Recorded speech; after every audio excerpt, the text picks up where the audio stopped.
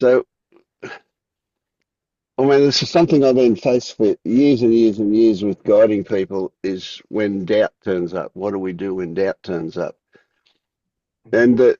And the mind wants to counteract it.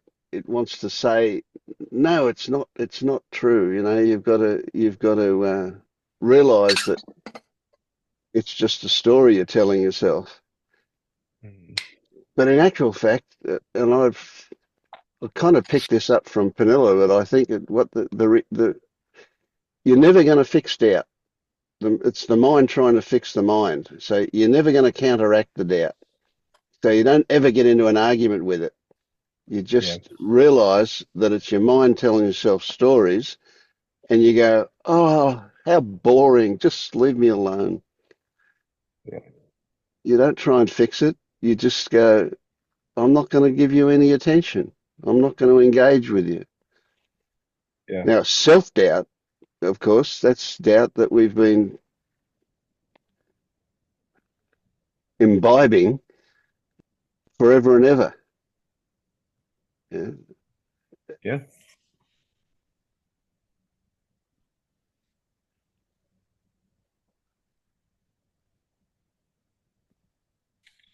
I mean, I mean, for how do you define broken? You know, like you get all the people who let's say are in um, the criminal system, you know, in prison or whatever. You know, we can immediately jump in and say, oh, they're bad people, they've done wrong things and so on.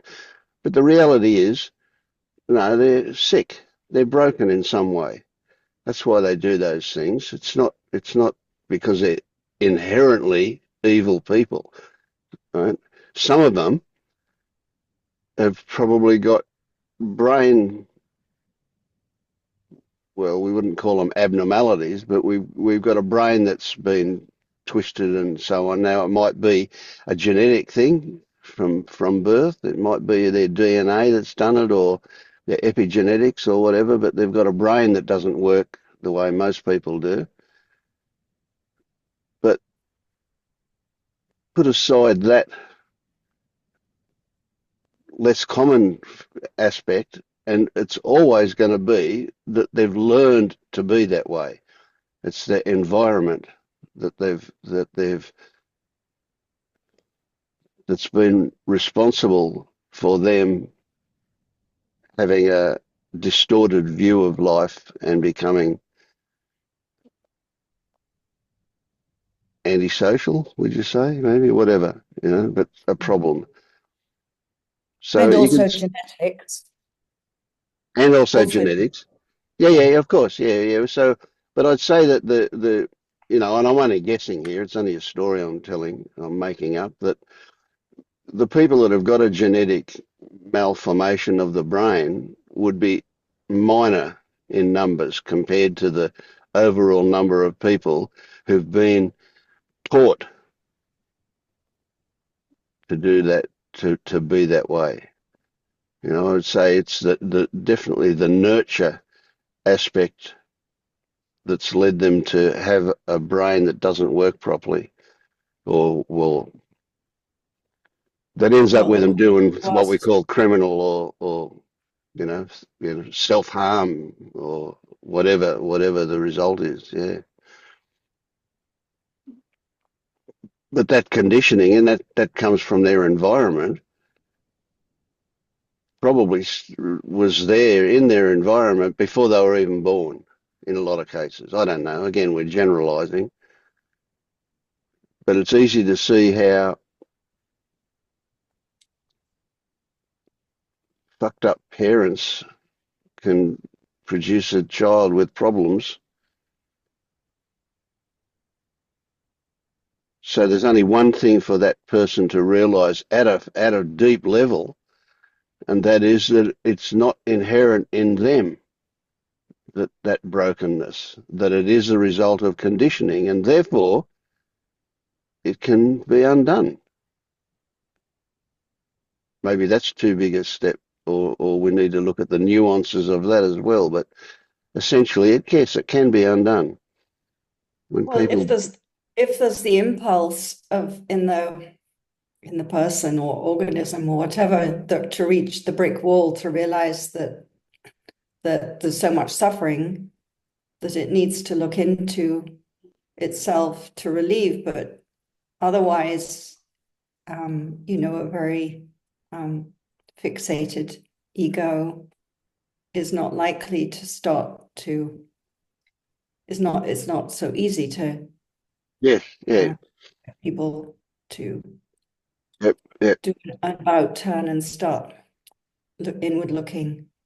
Well, that's right. And Yeah, getting the I motivation mean, to do it or having a reason to do it, that's another story, isn't it? all these things in the end, um, there isn't anyone doing it. It's a happening because there isn't any Yeah, one independent, separate individual. There's an organism that with traits and characteristics and identifications to fixations, beliefs, and it's somehow something has to come together to a new impulse to start questioning and looking into yeah, all that complexity. yeah. So people don't do it, it somehow just happens. Hmm. It seems like somebody's doing it. Like I could tell a story about it, but it's all depends on the conditions prior to, and then something mysterious that then. Yeah, yeah.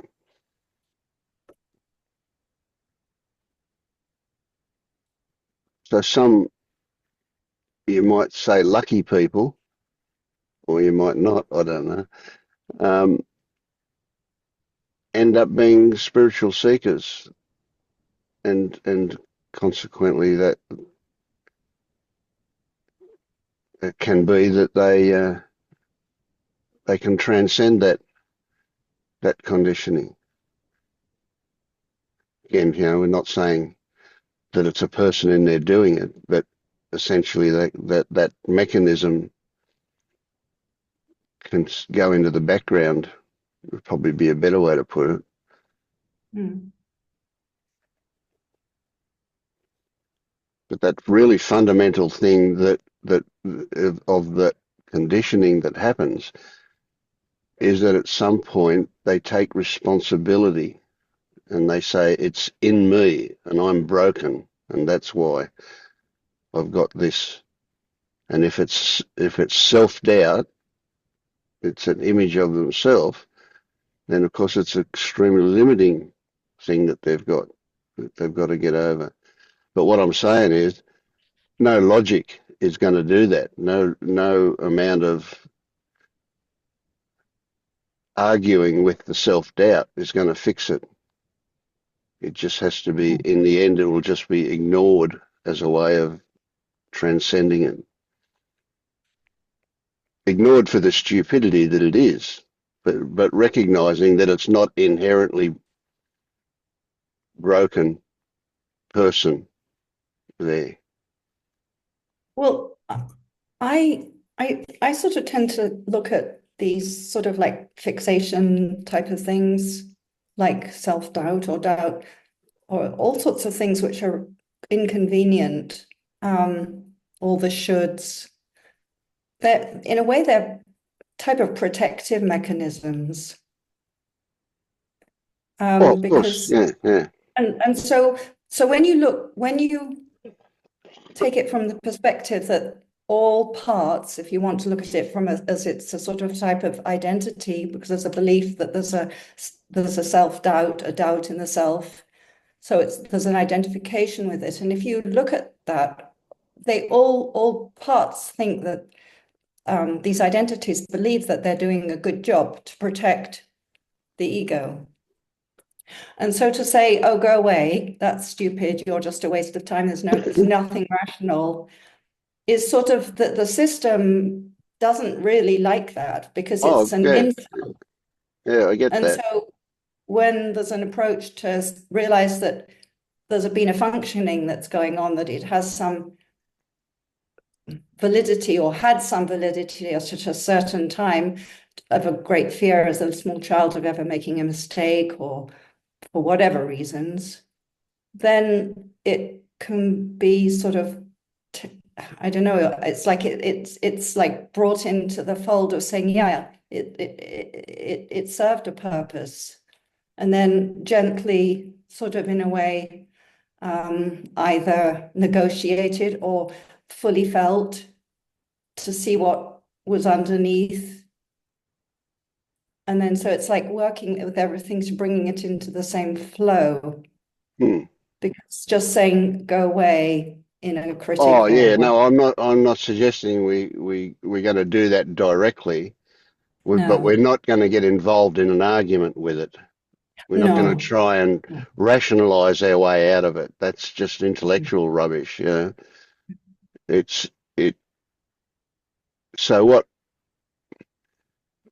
the way I see it, and it's a very general thing to say, is that there's a fundamental belief that I am broken, that I was born this way. And it's usually, sometimes it is the case, but usually it's not the case. Usually it is the case that I learned to be this way because of external conditions, the way my parents were, or the way my whatever trauma I've lived through, whether it's acute or chronic, that makes a difference too.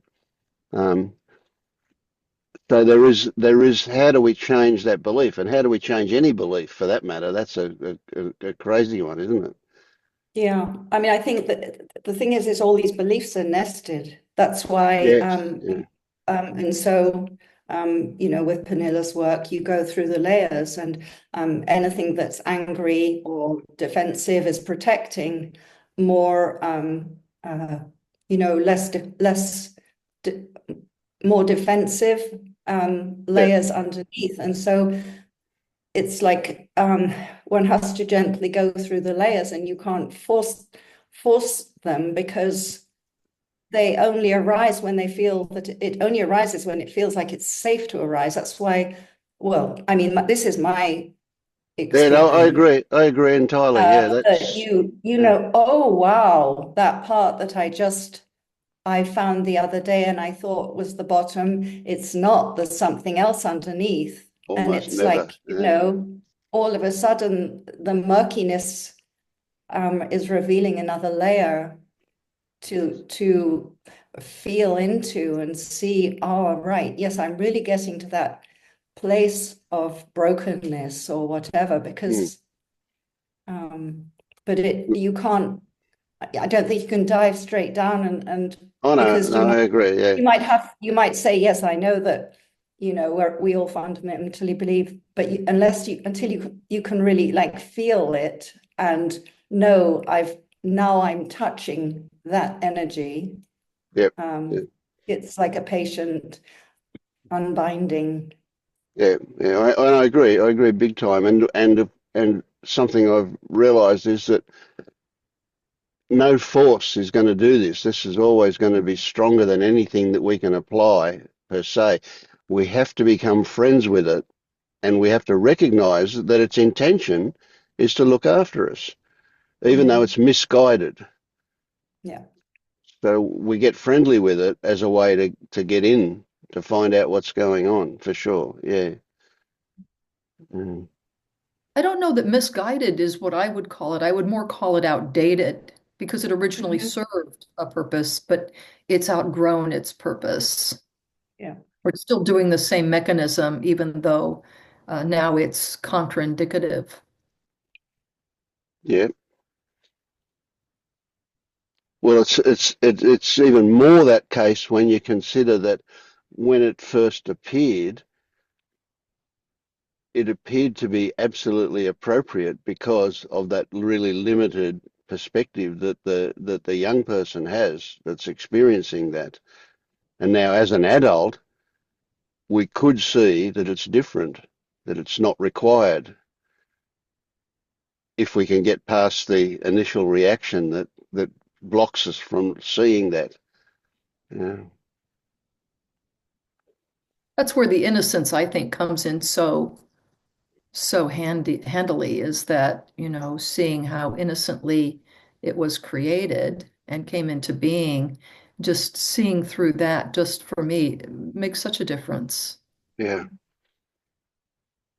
Yeah, well, that innocence evokes uh, a no blame kind of situation as well, yeah, which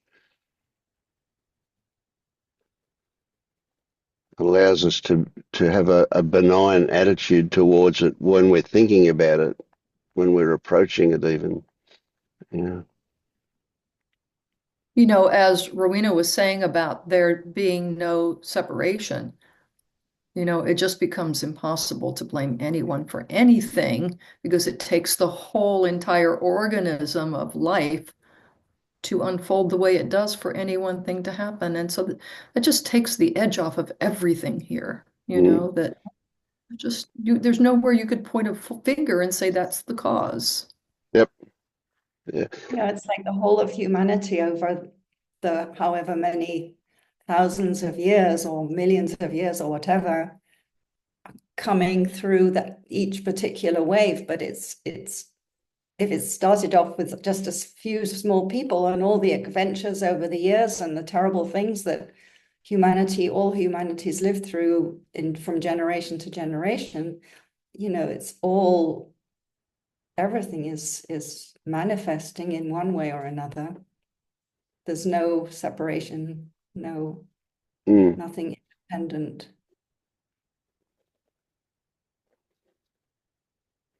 Okay, well, that's the end of the philosophy segment of the meeting. Let's get down to actual experience. But though I don't really believe that it's just philosophy. I mean, anything we could have said in there as we were expounding on that could touch somebody, and then they could go, "Ah, that's worth looking at." Yeah, but yeah. I was sitting here and wondering if it was all very conceptual and if it could just be simpler to just sit and feel whatever comes up and not give a conceptual meaning to it at all. And if you can't feel everything at once, then you can feel as much as you can and then feel a little bit more next time. Hmm. Well, if we're to do that, and that's certainly it is appropriate, then I would come back to Ray and I would say to Ray, what was it that you said that triggered that whole conversation?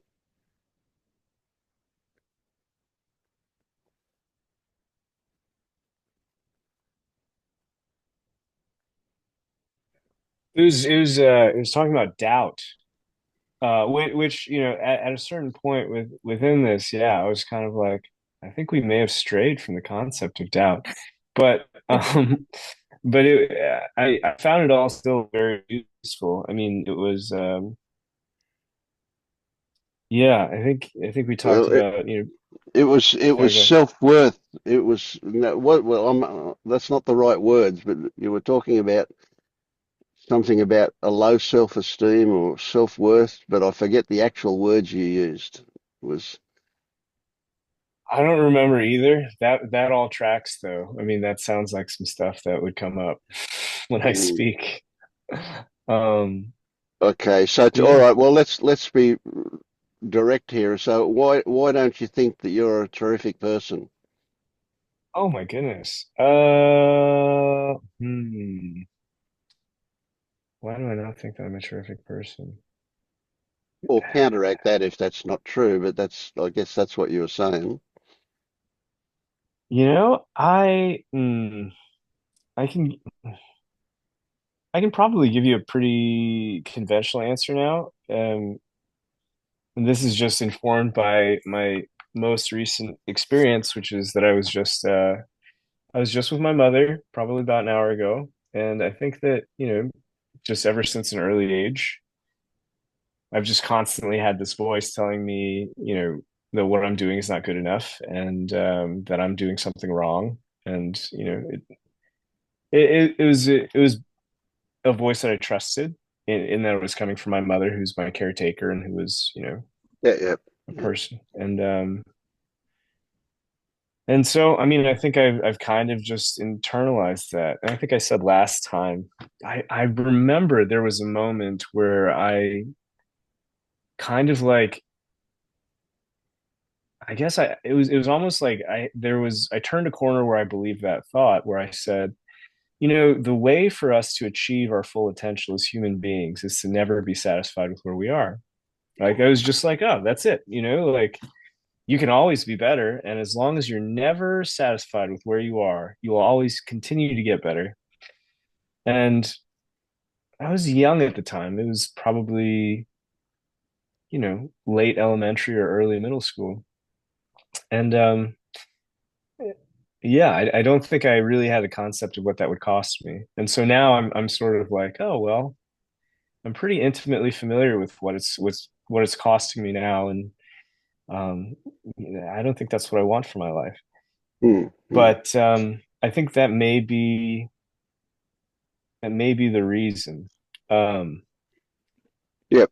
Okay, so the two things that come up out of that for me is fantastic that you see that that sequence of events occurred, that you see that it was your mother's attitude towards you and the words that she said that you eventually came to believe. That seeing that is huge. Really, it's really a really big thing. Um, because seeing it is what allows it to change.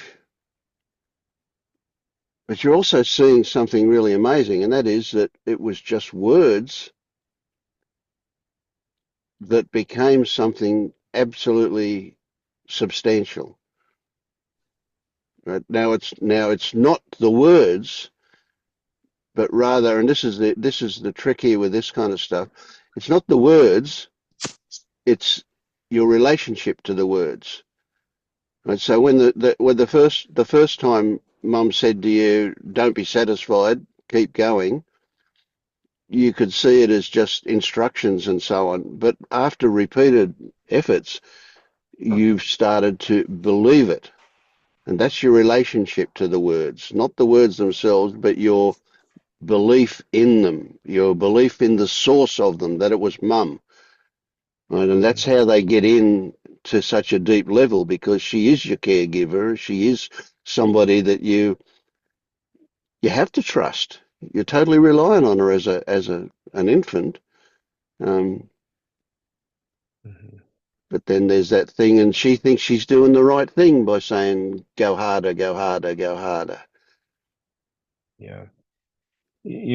Just this is neither here nor there, but I feel like it was almost more insidious because, she never said like never be satisfied. Her message was like not good enough, not good enough, not good enough. Here could be better. And it came from me almost where I was like, oh, well, if I want to be better, then I can just never be satisfied. Like that was an idea that sort of Yes, came yes. up within me, and like in a sense that almost makes it closer that I like believe it more because I'm like, Okay, I've found the solution almost. right, right. So do you see two things here? One of them is she says, "Not good enough, not good enough, not good enough," right? And it's like she's talking about it, which in this case is you or the job that you're Mm-hmm. doing, right? So she's talking about it like it's something inherent in you. And Mm-hmm. when you say, "Keep going, don't be satisfied, try harder," you're talking about a process, not something Mm-hmm. in you. You're talking about what you do. You're Yeah. talking about behavior rather than something inherent in you. So, but the way she put it, did you at some point believe that it was inherent in you that you don't Mm, try hard that's a bit of a enough? that's a bit of a sticky one. I think most of the time she was commenting on my behavior or like the results of my efforts or my achievements. Right. So I Okay. don't, but I mean, I think it's understandable at a young age that eventually that starts to seep into like, oh, I'm not good enough because nothing I do is ever good enough. Yeah. Um, but yeah, no, I take your point as well. When I had this like realization, it's like, well, if I'm never satisfied with who I am, then I'll just be getting better and better all the time, and that's how I'll achieve my full potential. Um, yeah, I don't know. Maybe that was a way of giving myself hope that it's like, well, even if Mm. I'm not good enough now, I'm gonna keep getting better in this way. I don't know, but Yeah, yeah, yeah, yeah. And yeah. she would probably say she's successful because you became a doctor, not a plumber. So you pushed yourself enough to get there. Oh boy. I actually, yeah, there's a silly story about that. I'll just give you the very brief version. I told some friends about it and they thought it was super funny. But okay, so essentially we had a phone call when I was graduating from medical school, and she'd been pushing me my whole life to be a doctor. And so I kind of called, like we spoke, and I was like, oh well, here it is. I did it. Like, you really wanted me to be a doctor. Like, here I am. Like, how does it feel? Is this great for you? Um, and her response, I'll never forget it. It was so surprising to me. There was like a long pause. I heard a deep sigh.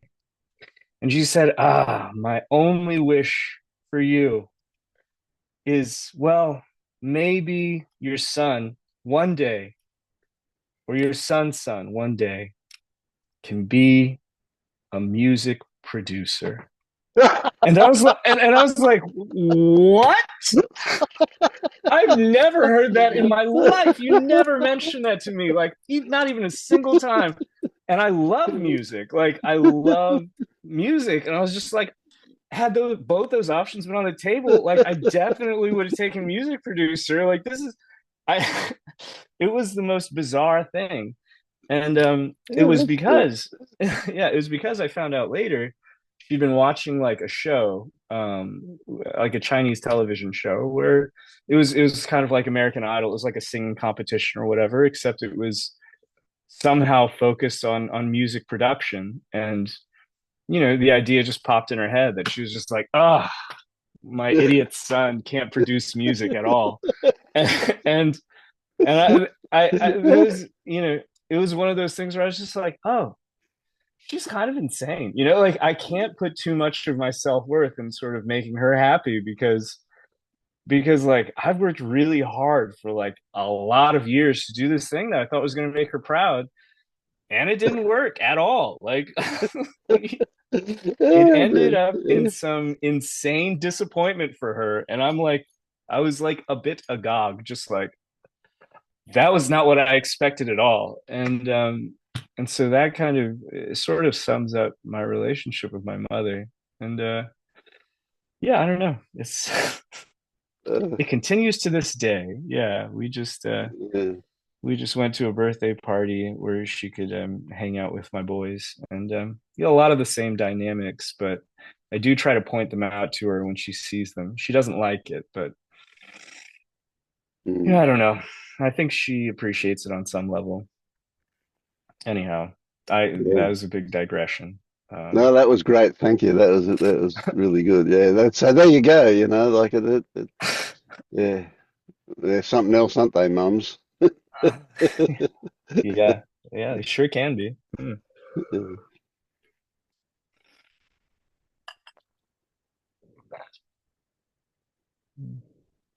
So you can also see from that the futility of trying to satisfy her. Yeah, for sure. Um, yeah, definitely. Like, I think that was one of, I remember that story so clearly, despite, all the frustrating and emotionally charged conversations we've had. Because I think it was like, oh, I really thought she was going to be like, I thought I had kind of like almost cornered her into feeling proud of me. Like, checkmate. You got to say something good about what I've done now. And she was just like, nope, and she just like somehow escaped in the most like unbelievably unexpected way. And I was just like, well, Yeah. She's uncatchable. Like, yeah, I thought Yeah.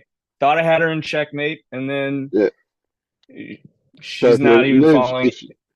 Yeah, if she's you not even move following any of the sideways and rules. Yeah. if you decided to drop being a doctor and become a music producer, by the time you got there, she'd be saying, why aren't you something else?" Oh, absolutely, Yeah. 100%. And so I've sort of given up on chasing her approval Mm. pretty much entirely, I think. And Well, now that's right. But now, now this is the thing. So that's at a level, right? At a hmm, superficial level, that certainly would be the case, you know. But at a hmm. deep level, is there a little boy in there still trying to please her? So I'll tell you kind of the way it manifests now is like annoyance and frustration when she is trying to tell me what to do. So there's still something there. It's not equanimity where like I'm at peace with our interactions. It's there is frustration and anger when she's like, "Well, you Right. need to be doing things this way instead." And I'm just like, how on earth could you possibly feel qualified to tell me this? Like, you have no knowledge of any of the situations that I'm in or any of the people I'm involved with. Yet you're telling me these things with like this full confidence that you know better than I do in a way that's like very condescending and kind of frankly mean. And so for me, it's more emotional than I Yeah, yeah, expect a yeah. lot of times.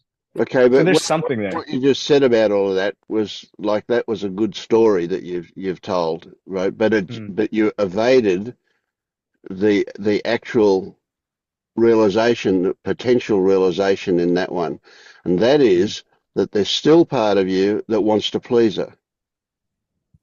Yeah. There's still a desire for that. Yeah, there is a desire that I don't think will ever go away. That she and I will have a close relationship, that we'll be able to relate to each other in, some kind of satisfying way. Um, I don't, but where does that expectation come from? I mean, that expectation comes from like, watching relationships on TV or like looking at how somebody Yeah. else relates to their parents. And like, I don't know. So at a I, practical level, do you think that that is ever possible, ever going to be possible? no, no, I Right. don't. So if we look at the details of that a little bit more, right, what would that satisfying relationship look like? It would look like she's no longer judging you, that she's Hmm. interested in what goes on for you, and vice versa. Hmm. And that's not within her capabilities to be that way at the moment. Would that be accurate? Yeah, more or For her, less. I for would her say not to that's have about an right. opinion about what you do is not Yes. possible. Yeah, She is not capable of that at the moment. Yeah. right. So we could come up with an alternative story about what is satisfactory in your relationship with them, but it's never going to be where she knows you enough to be a friend at that level kind of thing. She'll Yeah. always love you, of course. That's just the way mothers are, and that's likely to be the case. But her idea about what's good for you is never going to line up with your ideas about what's good for you. Yeah, pretty much. I mean, I think yeah, that's all accurate. So, do you imagine that there's going to be some kind of loss to accept that? No, I think I've mostly accepted that. Um, so our relationship is, up until a week, probably for like the past several years, she calls me whenever she like thinks of me. And sometimes it's like once a month, sometimes it's once, you know, sometimes like 2 or 3 months will pass where we don't talk. But whenever she calls, I pick up the phone. We usually have some kind of conversation where she just like speaks for like an hour and 12 minutes straight. And, I try not to react too much to anything. We don't communicate a lot, and I'm comfortable with that. I think that's the relationship that she feels is comfortable for her, and I'm okay with that. Since I told her that, my wife and I are going to divorce, about a week to 10 days ago, she's been calling every day with like think of your children. Like, what if your children, like, really kind of just going for it, trying to Yeah. fix the situation, assign blame. Well, let's stop. Let's Yeah. stop with that. Yeah. Okay. I Yeah. mean, Yeah. that becomes a way of describing it from your perspective. Sure. Yeah. But let's recognize the likelihood of what's happening for her, which is Mm-hmm. that she's frantically telling herself stories to try and make this better. Mm-hmm. And Yeah. and those stories are based on her beliefs about things. So her ideas Yeah. about divorce, for example, are going to be a prime motivator in the stories that she comes up with. And so she's looking for any possible way of improving the situation. Yeah. Right? But she's trying to convince herself that everything will be okay somehow. And yet she doesn't quite believe it, maybe. Mm. Anyway, Mm. I'm not meaning to get into a big thing about what's actually going on for her, because of course we can't know that. But Mm-hmm. what I'm wanting you to do is to stop focusing on the the story that comes up about why she's doing it, what she's trying to achieve. She just wants to feel better. That's really what it's all about. Yeah. And the fact that she's blaming and pointing fingers and all that kind of stuff is just her way of experiencing that. So it's not something you've got to contend with, and it's not something you've got to fix, because you can't anyway. Yeah. What I think is the most interesting is after you've had a conversation with your mother, is how or what you notice during the conversation that you're not reacting, in the conversations with her, but what is actually left in sensation in the body, because that's what's the most interesting to go into, rather than the thoughts of how she should be behaving or what you expect of her or of yourself. That's all just pointing to a sort of agitation pointing down into the body, Mm. and then being with those sensations of irritation or frustration or sadness or So this is a really big point. This is it.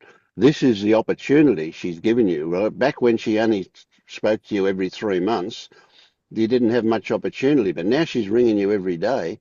There is fantastic opportunity for you to see those triggers being activated in yourself.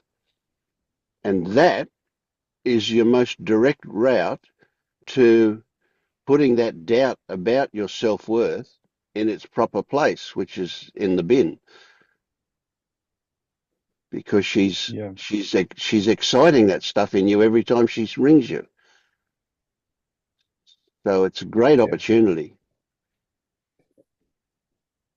Hmm. I mean, yeah, I can see that in a certain way. And I appreciate what Rowena, what you're saying about focusing on the sensations in the body. I haven't, I haven't really tried that too much, and part of the reason for this is, um, I don't know. I feel like my mother's very high confrontation in these conversations.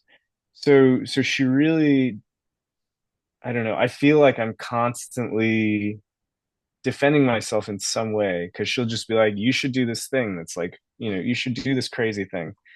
And I want to be honest. And I'm just like, no, I'm not going to do that. And then she'll be like, well, you have to do it. And I'm like, I really don't want to do it. And then she's like, tell me you're going to do it now. It keeps it very much like I feel like I'm having to respond on a mind level like all the time. And it makes it hard for me to kind of like drop into the body and feel the sensations. And if there's a moment of silence, which, you know, she's she has something to say about that too. It's like, huh? Do you hear me? Like, what's wrong with your phone? Like, what? How come you're not saying anything? And it's like, I don't really know why I'm telling you all this, but No, but I think that it's all happening too quickly. And so it's yeah, afterwards, or even right yeah, now, you have shared so much about the conversation, like taking a moment and just sort of sitting and feeling yourself after having had a conversation with your mother and just allowing the energy to settle and just being with that. hmm,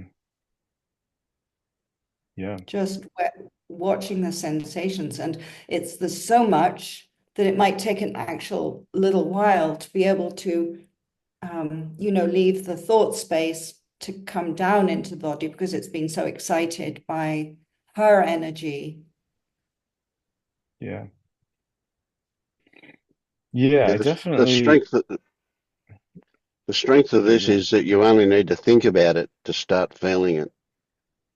mhm, So that Yeah. we call that taking it back to the lab, so you don't have to wait for a real life circumstance to generate it. You just have to think about it. And so you can hear your mother. She's repeated herself enough that you can hear a voice in your head. And when you get into that, those sensations will appear. And yeah, without having an opinion about what those sensations mean, just the intent to get really close and familiar with the sensation will start to reveal stuff for you. So mhm, even if you imagine as you're talking to her that you're collecting attitude, if you like, to take back to the lab later and feel it is, yeah. yeah, yeah. That may be a good way to go. I Yeah. After I talk to her, I'm always kind of like, I need to go for a really long walk with my dog, or I need to go like work out or something. Yeah, Probably like because yeah, yeah, like those geese that need to shake themselves to get rid of the stress of whatever happened. Yeah. yeah, that's right. And so I guess that does raise a question where it's like, is it better to not do that and have that release and just like sit there and kind of feel that elevated energy, or is it okay to, go take a I would walk? say do both. I would say take a Okay. moment to feel it Mm, and use that in whatever way and see. So what you're doing is you're taking what you know, that mhm, is what is familiar about her attitude, and you're reconnecting it with the actual sensations in the body that got that developed in the early days of this kind of attitude. And so when you do that, you can see really clearly as an adult that it's just words. It's just her attitude. In fact, she's somewhat broken about this kind of stuff, in a normal way, but nevertheless, so it's that what changes your belief about yourself. You can see quite clearly at an intellectual level how that belief about yourself was developed. But in order for those beliefs to be dropped or exchanged for better beliefs, or whatever actually happens with the belief, um, it is just a case really of reconnecting with the old stuff that's in there. yeah. And so Yeah, if I there's a lot think, of mental mhm, activity going on, it's probably better to take exercise or walk because that's an upward sort of yang energy. And then, if it's too much, because then you're just connecting to reactivity, And then afterwards you can say, okay, now I'm going to, see what's left. It just depends on how, because you can always take it to the lab, you can always sort of connect the energy of parents, very, it's always there. Yeah. I want to chime in with the third option. All right. If you feel like experimenting with kind of taking back your power, your authority in the conversation with your mom, just explore how it would feel like to just stop speaking for 5 seconds, even if she's demanding you to answer or asking you if you're there or anything. You deliberately just stop and you just feel for 5 seconds and feel how it feels if she is kind of demanding you to say anything. Yeah. Yeah. I've done something similar in the past, but I think it was, yeah, even then um, it was more kind of like mental and less about feeling the sensation. And so it seems to Be- be a theme. Yeah. because there's nobody who can force you to respond or to talk to them. Yeah.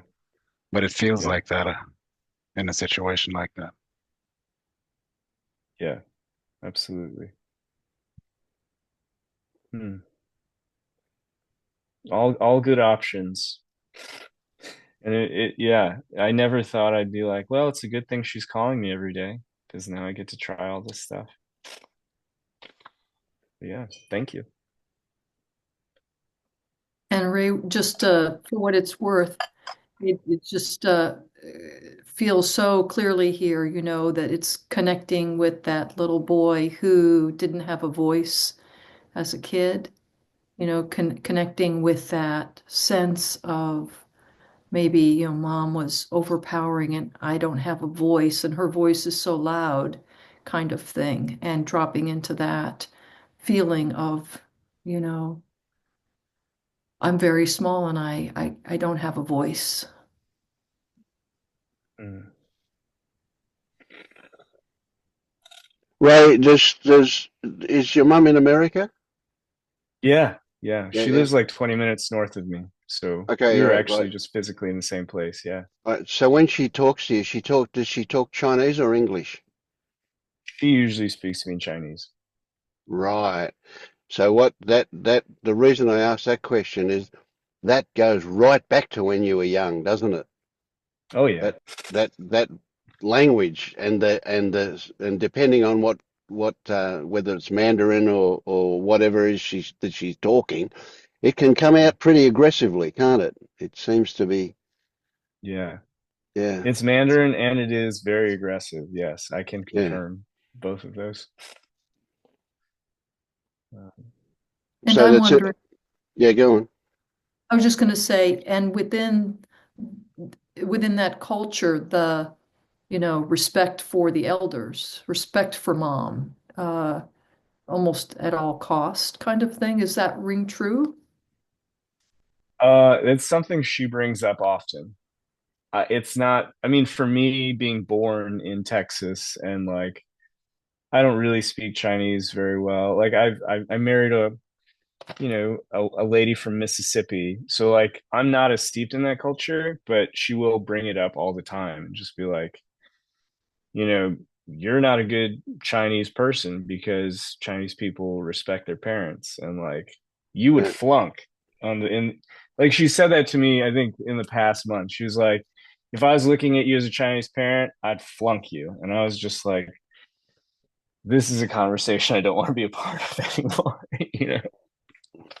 Yeah, I oh, hear you. One last thing is that I was on I forget what the uh site is where the fetters takes place. What's the Mm. name of that site, Vince? It's only the scene or something. Which one?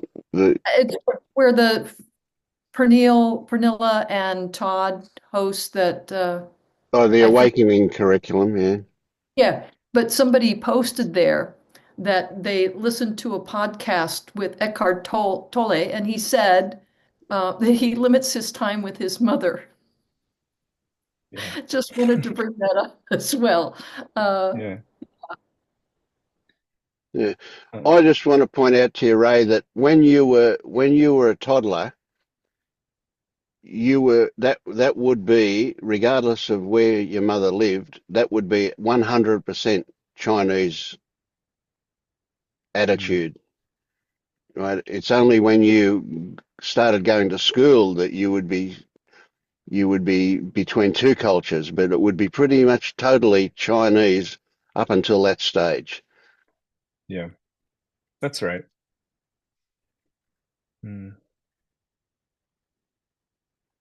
Um, so I did have a question also about something that Irene was saying, where she said, when I'm having these interactions with my mother, to kind of um, recognize sort of the feeling of being like a small child without a voice in the context of my caregiver, and like a figure of authority having a really loud voice and kind of overpowering me. Um,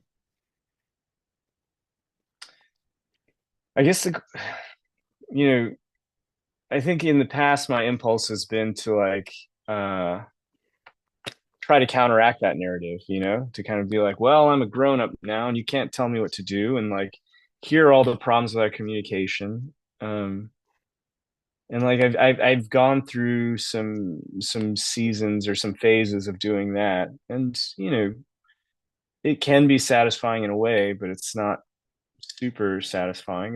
And No.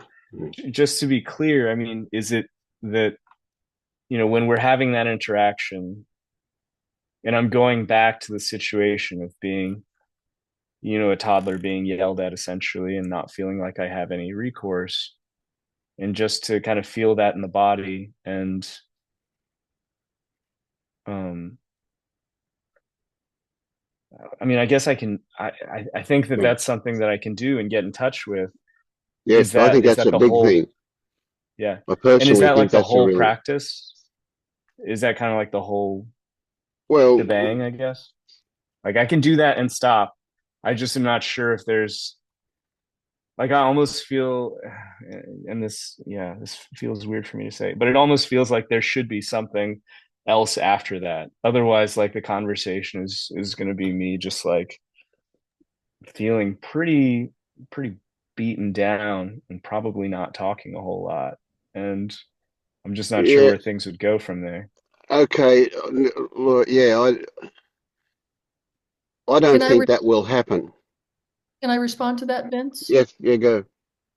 Just that what I was suggesting is that being in touch with that little boy who doesn't have a voice, but rather than going, in other words, it's holding space for that, Mm, making it safe for that part, mm, right? And feeling it while it's almost like you're holding that little boy here while that adult that you're talking about responds to mom, and you're keeping that little boy like you're feeling that gotcha. and getting that, but there's another part that's then interacting with mom, right, on an Mm, adult level and saying whatever needs to be said, I see right? that. Yeah. So it's Yeah. both and it's not just you're just getting into feeling helpless or small. It's that you're holding space for that smallness Yeah. and letting that part feel safe as you stand in your power at the same time. Mm, It's a yeah. good point. So you can't be just that little boy anymore because you're Mhm, also an adult now.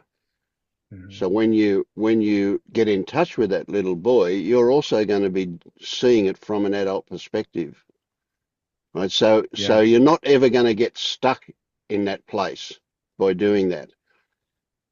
So the question you might ask yourself is, does that story about it going nowhere to do that, is that just a way of avoiding the discomfort of being there? Mm. It may or may not be, I don't know, but there's a Yeah. good chance that it is. So Yeah. the overarching focus is what is. What is happening in the body now? What is the mind doing now? What is actually the current experiencing? Mm. And as Irene was saying, you know, effectively holding that little boy and allowing the feelings, whatever feelings of not feeling safe, secure, allowing the space for that, but with that allowing and allowing the feelings to come through, eventually there is likely to be a shift, and you can have a little inner dialogue and feel into it. But these are unexpressed feelings that had never been felt. It was never safe to, but eventually they will be unbound from being stuck. And there will be like, okay, are you feeling safe now? And there will be somehow like a feeling, a felt sense that child part is that it's not always going to be wounded, that it will, Mm. it's like that particular incident will have been fully seen, acknowledged, allowed to just for the energies to be just released. And so it will be like there's a kind of intuitive, oh, yeah, that story seems to be finished or not, it's like Yeah. keeping going back, or there might be another, another part from another slightly different story narrative. And so it's worth going, because it's not just indulging like an idea of, all our children. It's really, it's a way to completely allow those energies to be felt. And yeah. Mm. No, I thank you all. I feel like that gives me, a lot of just a better idea of like it actually reminds me of the meditation, Vince, that you made a while ago about, young you and current you kind of sort of interacting in a way. And um yeah, it feels salient for me because I feel like when I'm responding to my mother as like the grown up, there's a lot more anger there, where it's just like, hey, you did all this stuff and like I'm tired of you doing this. And it's almost like feeling the inner child, or if the inner child is present there, there's almost more of a tenderness to the interaction, where it's like, you know, there's a Yep, vulnerability there. And there's also, I don't know, just like talking about it now, there is a desire to kind of set an example to this inner child of like, what is a compassionate way to deal with this other person? Like, I don't absolutely. want, Yeah. I don't want the inner child to see me lashing out and being angry about like all these things that have happened in the past. It just needs to Yeah. be And some sort appreciate of, that anger and lashing out is a distraction. It's a way of yeah, avoiding the uncomfortable feeling that the inner child is got going at the moment, kind of thing. yeah, yeah, Ray, yeah. you said something earlier about the way your mom is interacting with your boys. You have boys? Yeah. Two little boys. And yeah. And so it's as if what you're doing with yourself is the way that you stand up and protect your children. You're standing up and protecting your own inner child. So you're Yeah, becoming like your own parent and giving yourself what your mom can't give you. And yeah. that really, yeah. So I love what you said about the compassion, because when that inner child is safe and you don't want to model, and as Vince said, it's a distraction, the anger, then it allows you to find a voice, a compassionate voice, and stand up for yourself the way you would stand up for your own sons, but you're standing up for your own inner child. Yeah. Yeah. No, That's a good one. that's the Yeah. perfect answer. That's the perfect answer to the question I had. So thank you all for that. Yeah.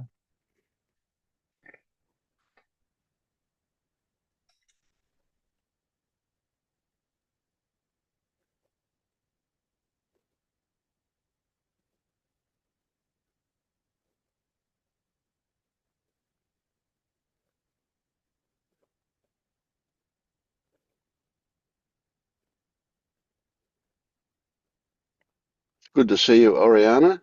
Haven't for a while.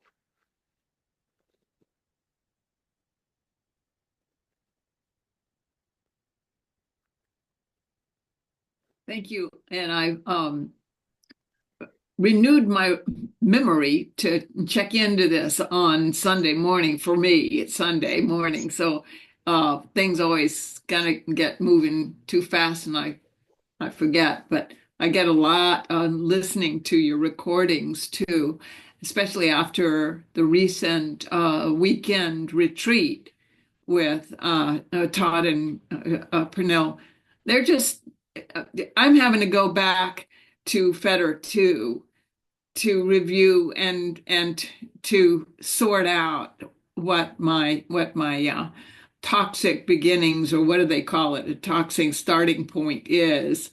And then I kind of have to go back and almost start from the scratch again, just because I just don't know. And I'm probably ripe for having, a coach. I don't even know if going through LU is the ideal, but I do better with one-on-one coaching, I think. Sure. I Yeah. love Yeah. love the group videos and the group retreats and discussions. And Todd has the most amazing meditations. He's so brilliant, so multi-talented, the music and poetry and everything. But anyway, so that's where I'm Yeah. at. Good one. Yeah. Yeah. Yeah.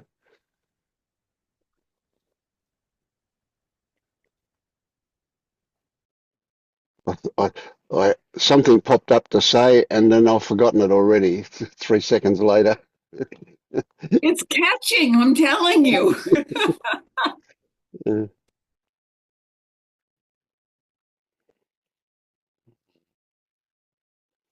Oh yes, what I was going to say was yes. So when we use the phrase going back to, in your case, Feta 2, um, I just want to say you're not going back. You're going forward, right? So it's like you're on the second level of the spiral or whatever, like it's just come around again, and each time you go around, it's going to be more subtle bits that you're gonna find. So it's always moving forward. Yeah. Right. It is a review. It's kind of a review on what it was talking about and how it might relate to what I'm doing now or Yeah. thinking. Yeah. Just that. Yeah. Yeah. And Panilla is really great at demonstrating in the entwining, I don't know what the right word is, of all of the fetters, how they all kind of weave in and out of each other, and that no matter which one we're working on, we're actually working on all of them at the same time. Yeah. Right. Yeah. It's so much information coming in. Sometimes I just get a little overwhelmed Yeah. and like try remembering what am I working on? What am I trying to work on? And also definitely uh I don't know what the words are, working on becoming more aware of what I'm sensing, because I feel like I've been very disconnected with my body. I was one Mm. of those who live a short distance from their body. Yeah. Sure. So Yeah, that, yeah. It's amazingly common. I never realised how common it is for people to have difficulty feeling what's going on. I guess right. because I've been a big feeler in my life, so it's hard to relate. Yeah, but and so an overall thing that comes to mind to mention, whether it's relevant or not, we'll see, is that it's almost like you're saying, I've got to do this work to get somewhere. And I want to remind you that where you want to get is where you already are. Thank you. Thank you. There has always been that sense is that I'm not really caught up yet. I'm just a little behind everybody else. I got this sense, you know what I mean? Everybody else is getting it, and I'm Yeah, not quite on board. yeah. Oh, that's amazing story. Yeah, I want what they've got. Oh, by golly, that gets around that one. I've experienced it myself. You know, when I hear somebody having a shift and it's a really just the hairs on the back of my neck stand up and I'm going, yeah, yeah, I want some of that. I want some of that. Yep, Yeah. me too. Yeah, I hear you. Yeah, and then I was just reminded by, I don't know who it was I was listening today, but about how nobody has the same experience of waking up. I think it was Angelo DeLulo was Yep. saying that absolutely nobody has the same experience in their waking up process. So you cannot hang your hat on anybody else's experience, expect it to be yours. Absolutely. Yeah, yeah, yeah. And people have this, I see it as a mistaken belief that when a shift is experienced, that is the waking up. Yeah, And it's not. You know, the waking up is the change in perspective kind of thing. The shift is just an experience that might happen out of that when it happens. But we tend right, to tie the two together. Mm. right. It's still too much thinking about figuring it out, trying to figure it out. Yeah, yeah, yeah, yeah. So if you can remind yourself, if the thought arises, to remind yourself that, whoa, hang on, I'm already here. I just need to fully appreciate this. Yeah. Then it stops that forward-looking story creation about how it will be when I get there. Right. Yeah. If I could just do one more video or go to one more retreat or, just do this more thing, whatever. Yeah. Yeah, yeah, yeah. Right.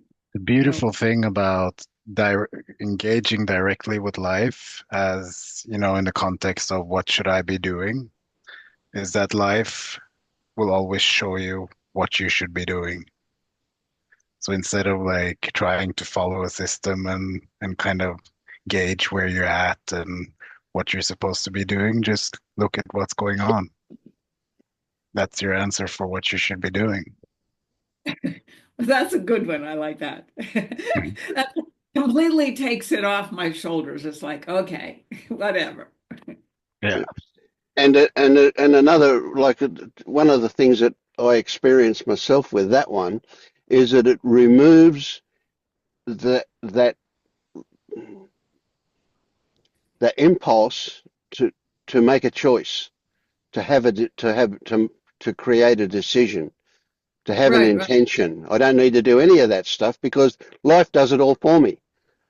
It just right. puts in front of me what needs to be done, and I don't ever have to think about what am I going to do now? Will I or won't I? You know, it's all there. It is. Yeah, yeah. I think I'm way too committed or tied up on my to-do list. And as soon as I think of something, if I don't hurry up and put it on my list, then I'll forget to do it. And so that forgetting is kind of an issue. And I think I might have talked about it last time because of the stroke. That my worry is that the brain function is not up to speed, up to, Okay. optimum, or is it that I no longer need to remember because it's right here in front of me. That dichotomy about like, I'm Yeah, afraid yeah, I'm yeah, gonna. yeah, yeah. I get that. So straight away, it may or may not be the case that the stroke has had some lasting effect in terms of that. But let me tell you, that thing with memory that you're talking about, I've got it, and I don't have haven't had a stroke. Right? I've got it too. Yeah, Yeah. and I've got it seems that it's part of waking up that people's memory is affected because we go, well, that's a load of shit. I don't need to store that away. Right, Whereas once upon a time, oh no, that's really important. I've got to remember that. So there's a big right, difference in attitude towards things. Yeah. right. And the Yeah. other thing, of course, is that I realise, so I'm heavily reliant on a calendar. It's Uh-huh. for because of that. Yeah, But the whole point is I've got to remember to use it. yeah. Right. And the moment we write something down, we're also telling ourselves that we don't need to remember it because we've written it down. So it Hmm. actually makes the memory thing worse to write it down. Well, I do have a secondary process, and that is once I get it on the phone, I put an alarm to remind me about particularly calendaring events. I have everything on a reminder notice for that. Yeah, yeah, yeah, that's good. Mm. So, but anyway, so I'm just going along here, enjoying uh, everybody else's stories too. Yeah, yeah. Well, that's the most important word you've said, enjoying. That is definitely a big thing. Yeah. Yeah, yeah. Thank you. Yeah, and there might come a time when, you have your to-do list and I've got all these, I haven't watched those yet. And then there's such a big no coming from, from the body, it's just like the no becomes stronger than the desire to, goal setting, filling, and, it's like, no, no, stop. And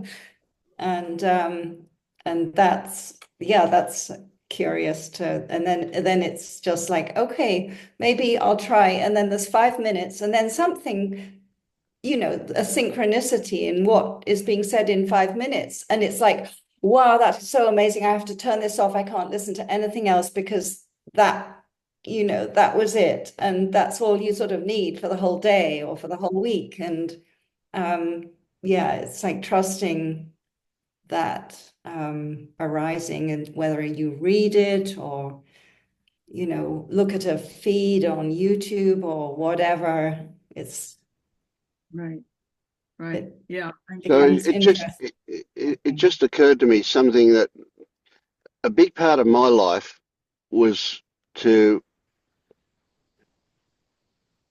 pick up stuff off the side of the road when I drove around. Like people would have their hard rubbish days and they'd put all this really good stuff out on the footpath to get picked up and scrapped. Right. And I used to just pick up timber out of that. I'd get an old bed frame and I'd get all this really good timber out of it. And I've got so much timber stored that I'd never use it in the rest of my life, no matter what. But I've stopped doing that. But what I just suddenly realised when we were talking then is that we do that mentally at the same time. We collect stuff in case we need it mentally, right? And I'm looking at your ukuleles up on the wall up there. My wife made me sell 7 ukuleles recently, and I only kept one. And it was so hard to part with them, because I might use them one day. Right, right. Yeah, by the way, all those guitars and the ones in the other room where my husband is now playing with his music friends in the other side of the house, is more his thing is to collect more and more stuff. He's, if one is good, several is better. And I'm more of like, let's get rid of all this stuff. I got to simplify my life. I got to simplify. less is better for me. Yeah. Mm. I guess that's the balance in a partnership, right? Yep, It yep, seems. yeah. And speaking of memory, I wonder if in the absence of thought and letting the mind, that being caught up in the mind, if just being in presence doesn't form a memory, because maybe it needs to go through thought to do that. Does that Yes. anybody have something to say about Yeah, that? I believe that. Yeah.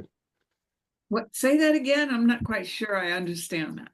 That when you're fully present and you're not, and what is happening is spontaneous, it's not contingent on thought anymore, that in the absence of thought and just pure presence, that you don't form a memory.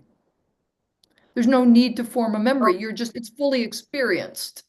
Right, right, right. That did occur to me that I think that's happening more and more. It's like it's become more obvious lately because I've had several medical appointments, and they always want to know when's the last time I did this, that, and the other thing. I said, are you kidding me? If it happened before last week, I don't know. I'd have to go and look on my calendar.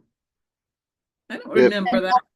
I make Yeah. it a I make it a point to write down, like even as I'm, say, in the middle of the afternoon, I'll like, what did I have for breakfast? And I make a little note, and where did I go, and about what time was I there? And it's like there's the kind of the time frame of what happened. Because if you ask me what happened yesterday, I am clueless. I don't even, like having to go into thought to figure that out. It's just too much. So I try to keep a record like that, and I keep my medical records, everything. I have everything like in my phone. So if I'm asked a question, because I would never know the answers, Right. there they are for me. So that's very helpful. And also timers are really helpful. Right, right. Yes, I do. I take pretty good notes in terms of keeping track of what I'm doing, and so I can look back on it. And I don't have to rely on my instant memory to pull it up out of wherever it is. And I can look on my documents. Mm. So what came up for me then, as you were talking, Irene, is that if you asked me what I did yesterday, my instant response is, oh, I don't remember. I've got to, now if I put a lot of effort in, I can probably remember a whole lot of things. But why would I? What is the point of remembering yesterday? And Right. so when somebody asks me what happened then, and I go, I can't remember, I also go, do I want to put the effort in to try and remember? And usually the answer is no, it's not. Who cares? Yeah, Yeah, not right. Right. Yeah, I always, you asked me about yesterday. Seriously, I would have to go look on my calendar to yeah, see what yeah, I yeah. had yesterday. Yeah. I was actually driving the car yesterday. My husband, or what, it wasn't yesterday, it was one of those days. I was driving the car, and I was so fully into the experience of driving. And I didn't want to have to think about where to turn or the navigation part. I was just so into the beingness of driving. And so I said to him, "You're the navigator, because I don't want to go into thought about having to figure anything out. I'm thoroughly enjoying the experience of being the driver." And he got a little annoyed. He gets a little annoyed, well, he doesn't quite understand why I just want to just let go of thought. It's like, ah, it just feels so good to be free of thought. Yes. Yes. That does trigger a thing for me, is the fear of driving without somebody else navigating for me and having to look at my phone or look at some map, on a device to figure out where I'm going if I hadn't been there regularly and I don't know the route, especially since I've begun camping by myself in our RV, and to navigate and driving this RV by myself, and having never been to where I'm going before is scary. And so that is something that I am concerned about, is being Doesn't alone. doesn't your GPS talk to you about where to turn and so on? Yeah, but they don't always do it right, and sometimes it doesn't work. So, I've got, I don't know if you call it, if it's GPS, but it's Siri on my phone, or it's there's another one that I use, and sometimes they just don't come up. They just don't talk to me. They Okay, just, right. and I don't see the map on my phone or whatever. But anyway, it tends to be a little worrisome about that kind of thing. Yeah, yeah. Not about going somewhere I'm local or I'm used to going, but going, for several hours driving this big vehicle by myself. So that's all. So I'm looking for a female to come camping with me so they can navigate and I'll do the driving. You shouldn't have any trouble finding somebody, but by golly, I'm blown away by how many single older females are actually Yeah. get around in the grey nomad thing in Australia. That there can be multiples of them at every camping ground. Ladies Yeah. that have got little campers or big RVs or whatever, living by themselves. Just yeah, whatever, and quite a lot of them end up traveling in a group as well. Yeah. Right. So yeah, it's very good. Very good.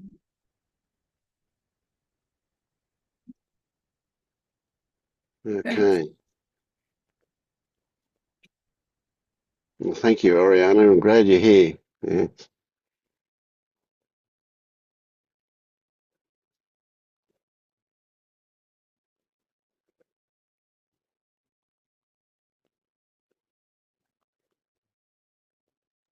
One last thing is, if I am looking, I mean, I am, not if, looking for a one-on-one coach as I'm proceeding on this path, what is your suggestion? LU? Go through LU? LU is good in its own way, for sure. They have a. I mean, every guide will do it differently at LU, and I mean, I guess every guide anywhere will do it differently.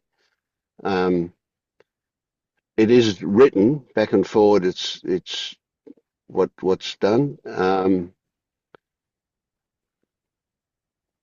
don't know the answer to that for you. It's going to be particular to you. So, Right. and it depends who picks you up as a guide, what that guide's personality is, and how compatible you guys are. That kind of thing is part of it as well. I guess it's just start somewhere. Just go Yeah, see what yeah. somewhere. Yeah.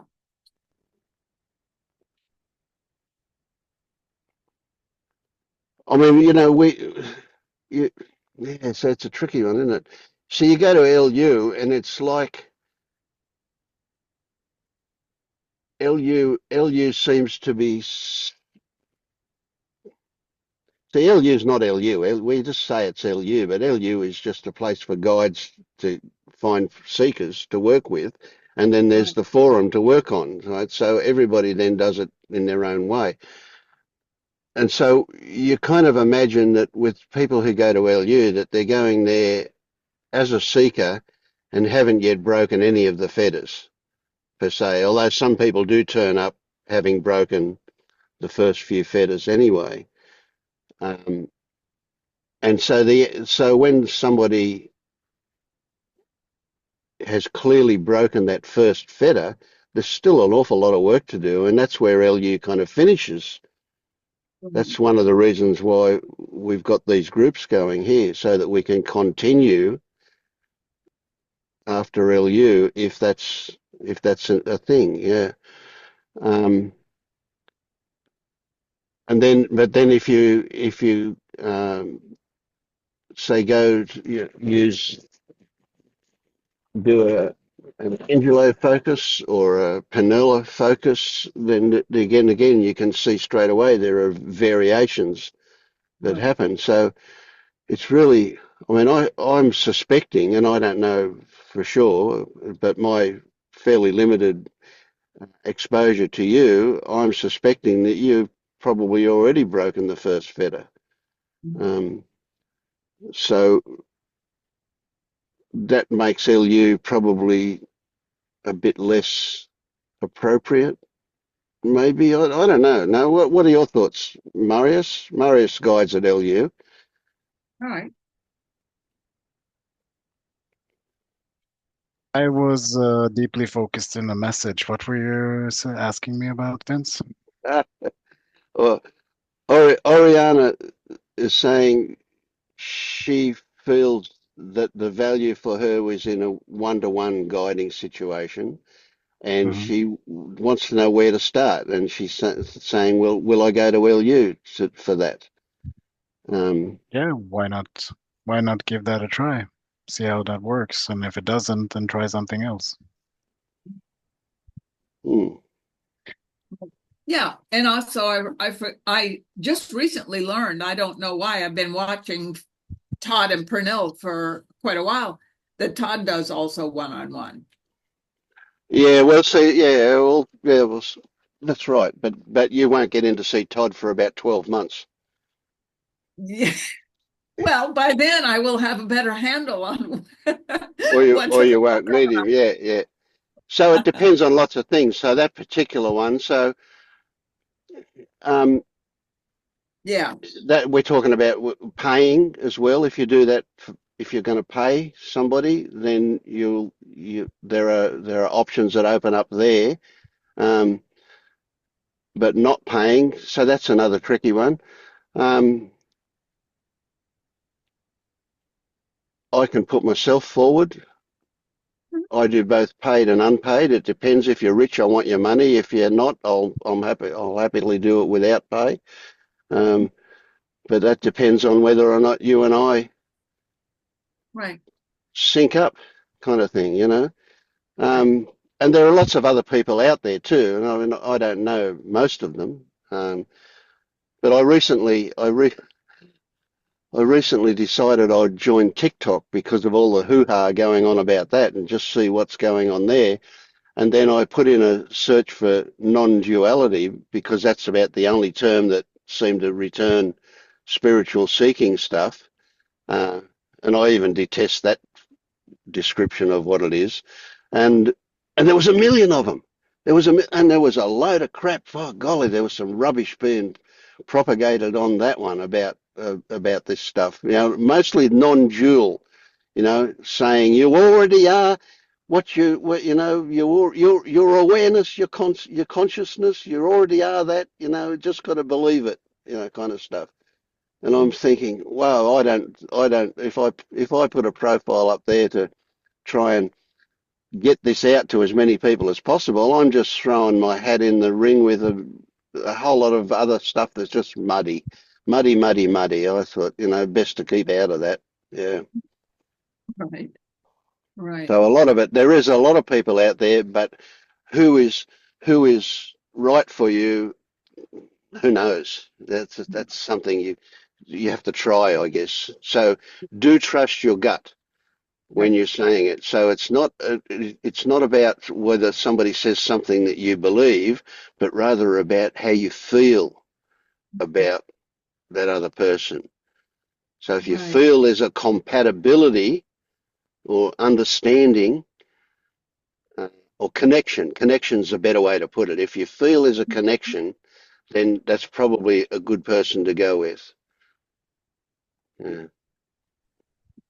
Also, I want to just add that trusting that life will bring you something valuable is also very valuable. So just pick something and go for it and see how it goes. Yeah. Right. Thank you. Thank you very much.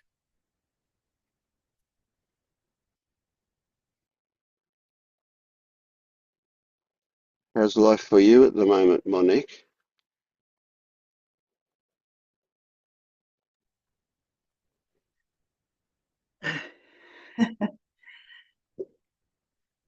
It's been a bit everywhere. Okay. Yeah, pretty much. I'd say in the last couple of weeks, it's like my I just have to say the word emotions, and my emotions start just coming out of me, which for me, that's a really good thing. You know, it's and when I get in touch with the emotion, when I can sit with it, and this is something that I just started doing. I had heard it everywhere that you just sit with it, and but I couldn't really. I could do it at times, but I couldn't really just sit with it without feeling like I had to do something with it, or wanting to escape it, or being afraid of it, or, and it's not that that's disappeared, that all of that is present. But actually, I had a very, very big moment, which started from a reaction. I had shared something that was about my about that moment when things had opened up a bit for me, my experience. And in my head, something was, I knew that for me, that was dangerous. I was afraid of doing that. But I did anyways, because at some level, I needed to do that for myself and see what would come of it. So I did. And it felt fine at the moment when I shared it. And then I had feedback. There was feedback, validating and, good stuff. And I noticed that was, it didn't feel the way that I thought it would. At some point it was like, oh, well, thank you. But at another level, it was, even though I'm saying this, I'm not able to, find the words, and anyone validating it, in a sense, it means nothing, because I can't even understand it for myself. But nonetheless, I was able to sit with that, and I thought, okay, this is good. And then what happened is, or what seemed to have happened in the moment, is that after I'd finished sharing, someone else is sharing, and their experience, and it just goes into what feels to me like a bit of a spiral. It has nothing to do with me, but in the moment, I got triggered. I couldn't understand it. I kind of just froze. And it stayed with me, and it took actually 2-3 days before I could look at it. It just kind of came up spontaneously, this trigger. And I thought, why am I reacting so strongly? I couldn't make sense of it. But it kept on coming up. And anyways, I was in a frenzy, in a panic, just in quite a state. So I called a friend, and I explained what had happened, or what I thought had happened. And what I realized is that it was a trigger. The trigger was sharing, maybe having validation, whether it was coming from me or someone else, and then witnessing something that didn't look at all like my experience from the person who triggered. And I recognized the only thing I could recognize in that moment is that I have had this experience before. I knew it wasn't about the other person, but I've had this experience before. So my friend said, can you just sit with the feeling? So I did, and it brought me back. I had this image where I was sitting in a similar, different situation, similar, where I had shared something, and someone was way back in university, and I think I shared a little bit of this with you, Vince, but I had never sat with it. I could never sit with that feeling. So I'm back in university. I'm saying something because I had had an experience. This person gets up, this mature adult in my mind gets up and basically says, who do you think you are? You're living in a fantasy, something like that. Something dismissive. And I had the same reaction. I froze. Deep embarrassment, shame, it completely shut me down. And in fact, I had such a strong reaction back then, not understanding what I was experiencing, not understanding what had happened. I had a really, anyways, I decided to discover the world as it is, which is the world that we now know is not the real world. That doesn't matter. My friend was able to be with me until I got to this moment. She said, Winnie, can you sit with that? Can you actually feel what you were feeling in the moment when you were sitting in the classroom? And I did. And it was so intense, the feeling that I had, that I realized, whoa, this can't come from this situation. And I realized at that moment that the trigger that had happened had nothing to do with at all with me. But it made me see that the person who said what they said had nothing to do with me either. That it was just something was said, I was vulnerable, I took it to mean something else, and I misunderstood. Anyways, I sat with that, and then I realized, well, I think have you felt this way before? And I remembered feeling this way, and it brought me back way into my childhood, 4 years of age, in a hospital. My father was very attached to my father, and everything he said was absolutely gold. He took me to the hospital, giving me a gift and candy, and he said, I have to leave. And I remembered feeling terrified that my father would leave me in the hospital. And he says, it's okay, you'll be safe, they'll take care of you. And of course, I'm 4 years old, I'm in this bed, I'm terrified, it's black. I wet myself, my bed. I can't remember if I screamed or not, but I just remembered the shame and the terror. And I sat with that. And then I realized I've had this feeling before. I don't know. I feel like this is conditioned. And it brought me back to another time I was in the hospital. I was 2 years of age.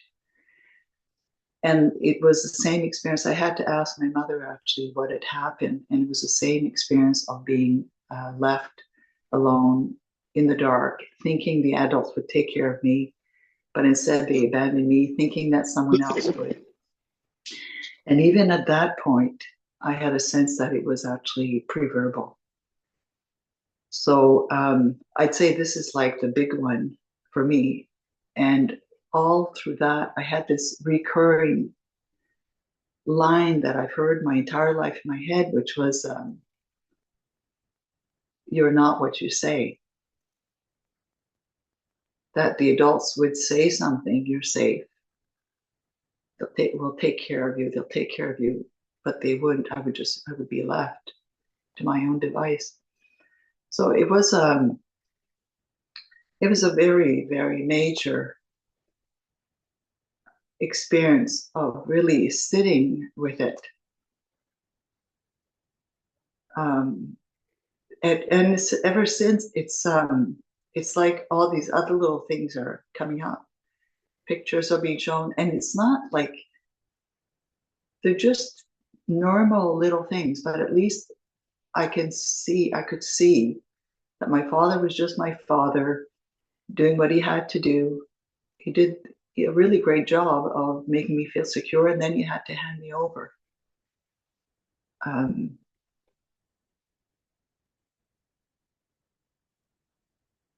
Yeah. Mm. Yeah, it's a big one, isn't it? That's a really big one. So him doing a really great job of making you feel secure, I'm imagining makes it even bigger when he can't Exactly. do that. The insecurity is going to be through the roof after experiencing that sense of security. Yeah. Yeah. But you Absolutely. saw the connection, you saw the origin of something there. Yeah. That's huge. That's what releases you from that. Just recognizing that. Yeah. It definitely has, even though I say it and I still have emotion, um, it's so much softer than it was, to be able to see it from the eyes of an adult, and it kind of, it's it springs up to, other things that I'm also noticing. So my father was a human being, obviously, and there was another side to him, and so the other stuff is coming up, where I believe that people are not what they say they are, even in small things where, when someone tells you something and they're talking from the head, and you're hearing something else because you're coming from a different place, Mm. Mm. and the confusion Yep, yep, of yep. that comes with people saying something but they mean something else. It's been a recurring theme for me my entire life, always doubting, doubting what is Yep, being yep, said. yep.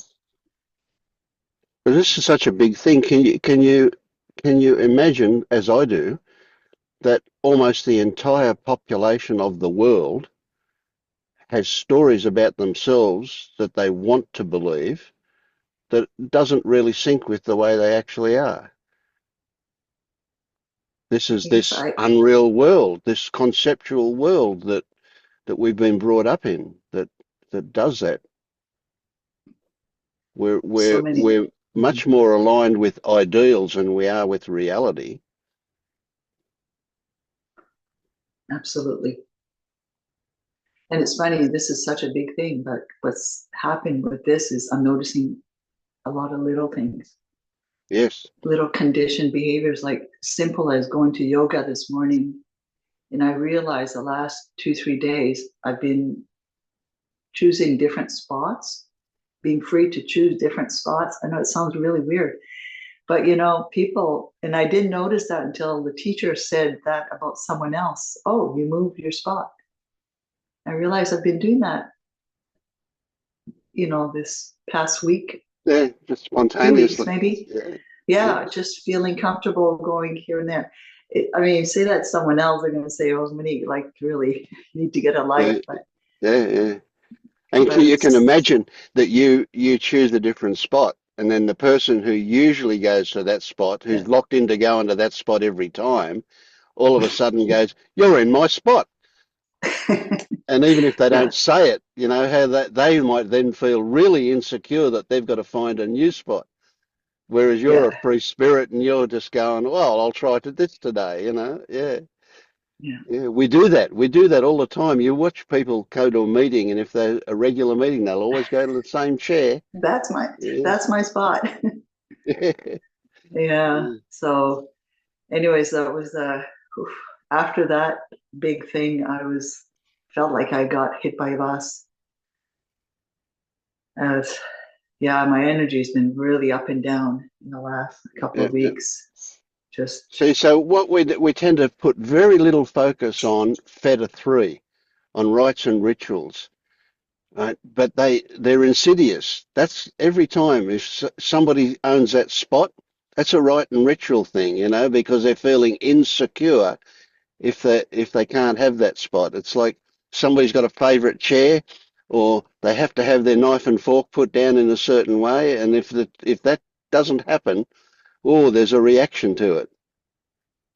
So yeah. we do have all these hidden rites and rituals that we don't even know about that are there to be, you know, well, to be experienced. Yeah.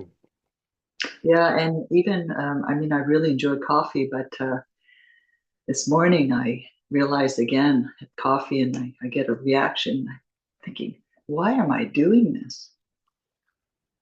There's so many Yeah. options, but it's because I like the thought of getting up in the morning and getting my cup of coffee and starting it. It's incredible how conditioned that is. Mm. Tiny little thing. Monique, So I'm the so, out, I yeah, go on, Irene. was just going to say, Monique, I'm so inspired by your courage and going to such a deep place of discomfort. And oh, I'm just want to recognize you for the courage that it takes to do that. Thank you. Yeah. I was And so it, desperate. I just was so desperate. I've had the same feeling my entire life. yeah. And it's just, I think at that moment, I just couldn't contain it. And actually, it's not even courage. No, it just came up and it was right in front of my face. It's just, I couldn't, well, no, I could have ignored it. I'm very good at that. And you But I was didn't. so surprised by my reaction. Yeah. And the It's like freedom. I'm sorry, go ahead. yeah, no, I was shocked with my reaction because I knew my reaction wasn't right. I could see that this is not right. I knew for sure this is not what you think, Monique. Didn't make sense. Mm. So And your it's not determination in courage. following that. Well, and it's your also the commitment to following it. There's a commitment there. There's a something that drove that going back and seeing each time there was something previous to that and something deeper and more, even more, even pre-verbal, as you mentioned, and now all the freedom that comes from that willingness to explore the discomfort of that. And just thank you. It Mm. was so inspiring.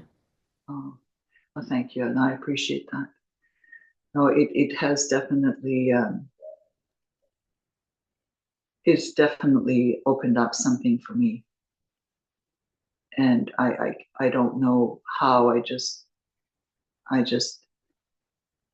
it's I think if it's just to realize that even though every step I could have stopped it, I guess maybe I don't know. It didn't feel like I could. It's just I just couldn't stop it. It was just happening, and I felt there was a tiny part of me that felt very grateful that I could look at it because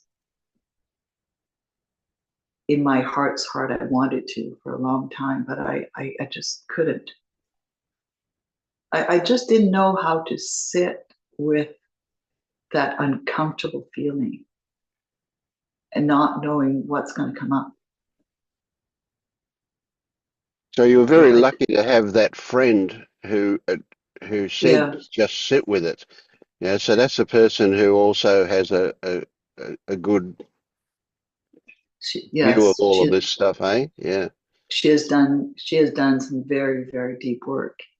Mm. And So that's I have seen it. I've experienced it with her. But great. I couldn't do it. It was just perfect timing and yes, it was someone I could call and she wouldn't interfere. Yes.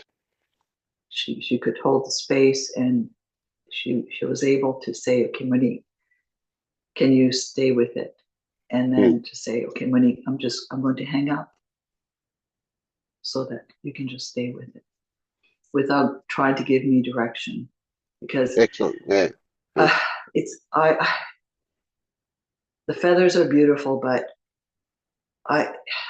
when you're in it, for me, too much talking, too many words, it just gets me in my head. I don't have the maturity to be able to not do that.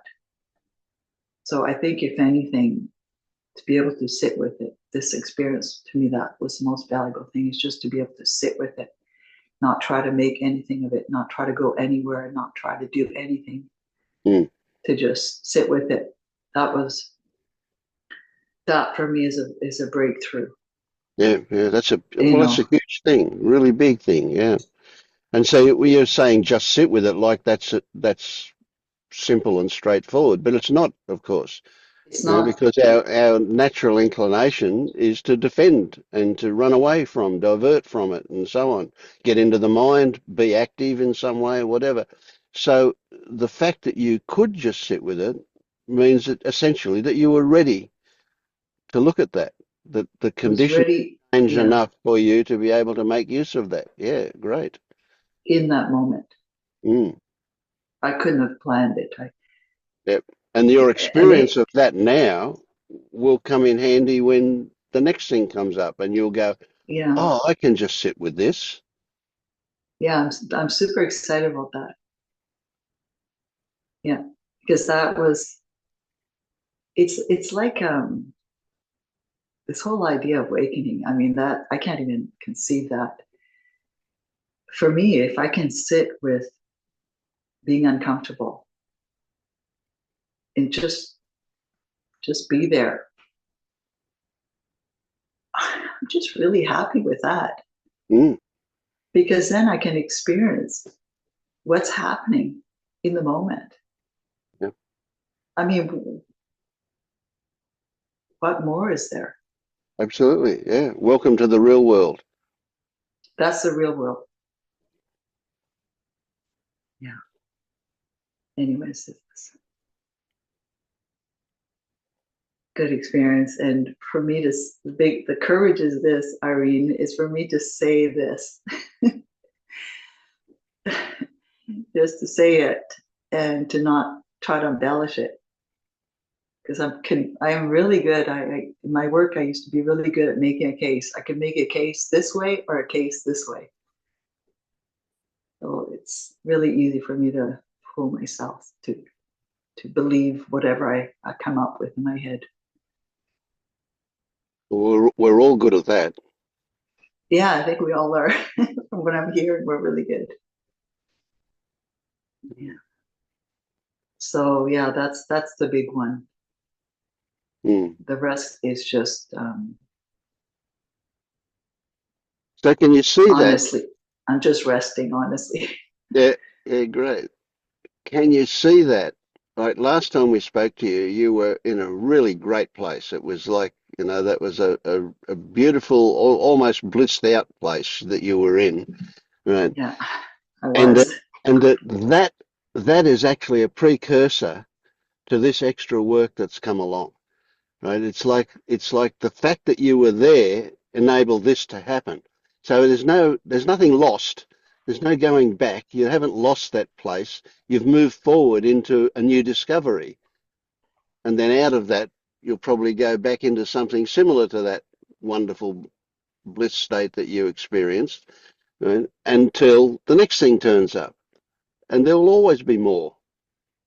It'll get subtler and subtler and further apart, but nevertheless, well, in my experience, after 14 or 15 years, it still happens. So, Yeah, look it's forward to amazing. that. Yeah, just a tiny little opening into seeing or being, just a tiny little smidgen. Yeah, well, and then of course, yeah, so there's that, and then you crash, and then you come into reality, which is things start. That's not easy, that transition. That was hard. But this to me feels more real. Like it's something, there's something more. There's something, Fundamental. yeah, just it's grounding, feels real. And it's weird to say it feels real because it's a I was disillusioned. I had this perception of what had happened and belief of what happened, and then I could almost see like my brain flashing back to where it started, and then real I can now understand better how I became this person with all my personality traits. I'd say with all my identities. Mm, mm, yeah. You see the formation of the fantasy character that we take to be real. Yeah. Yeah, yeah. And it takes a little bit of pressure from Mm, the top, and I have a little more compassion for myself, rather than thinking I'm just such like my toxic starting point is chameleon. So I thought, wow, you're just weak. You're just like, you're a cream puff. Someone says, you want this? You say yes. Someone says, you want that? You say yes. And it's still like, I still do that. I quickly figure out what people want, and I'm happy to give something back. But um, to understand that a little bit better, I think that's the gift for me. mm. You know, Yeah, so there's tricky stuff there. So you can go, yeah, I'm a cream puff because I'll go that way or that way, whatever. I'm happy. I don't mind that. Yeah. Or you can say, well, I'm not committed to anything. I'm flexible, right? So that removes the morality of the mhm. cream puff Yeah, thing, you exactly. know. And or you And can say, people, oh, I recognise that I've got this urge to please people. I'm a people pleaser. That's why I'll go with them. Whoever says it first, I'll go with them. So yeah, that you can then see that, okay, well, there's something to work with there. But if you're just being yeah, flexible, well, then you're just being flexible, yeah. Or not committed to anything. I'm happy to please anybody who's around me, but if two people ask me to do this something different at the same time, I'm in trouble, aren't I? So then yeah. I That go, would be a well, lot. yeah, I'm not going to please them if I can't. I'm going to please me. Yeah. Yeah, exactly. I think Mm. on the outside, people wouldn't know the difference, Yeah. Yeah. Well, that's but it. That's a big one, I isn't know it? the Yes. difference. Yeah. Yeah, That's a huge on the one. On the outside. outside, we seem to be one thing. On the inside, a different experience. Yeah. Yeah, but I care about what's inside because I know I don't want to. In an ideal, well, it's not. I'd like to be. Well, it doesn't matter. That, that's a good place to stop. I'd like to be dot dot dot. Forget it. Yeah. Take that one back. So what I'll say the word advice, but I don't mean that literally per se. What questions would you ask Dennis to help him to stop believing that the character he thinks he is only a fantasy overlay? It's not the actual. Sorry, I'm not understanding the question. Well, you see, you've seen that there is, how can I put it? There is actual Monique, and then there is the Monique that you were believing to be Monique before. So you've spotted the difference there. You've recognised that you're not the result of your thinking alone. That's just part of everything that's gone on. And- But Dennis still thinks he's Dennis. And he hasn't twigged to the fact that one of them is a made up character and the other one is actual. At least that's the way I put it. It may not be that accurate, but yeah. It's funny because I've heard you speak, Dennis, many times, and I did get that impression. The impression is you ask some very sincere questions. He does, and he speaks some very wise stuff, and he Yeah, speaks like he's awake, but he thinks he's yeah, not. He still believes some character, some cartoon character, fantasy that's a person that's not awake.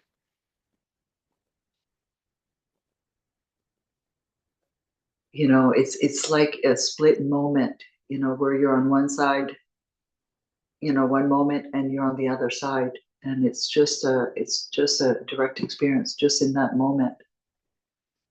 When I started, you know, involuntarily just looking at who I am, and it brought me back, and understanding that who I became is just part of that conditioning. It's not who I am. But I don't know. I'm just discovering probably who I'm not.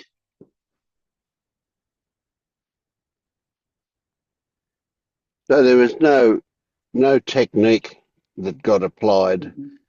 There was no exercise that did it. There was no recipe that you followed. It was something that just happened and you just discovered it.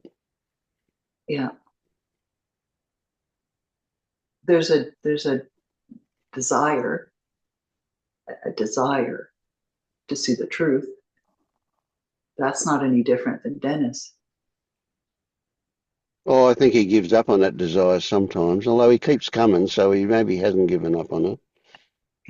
But I gave up on that too before this happened, just so you know.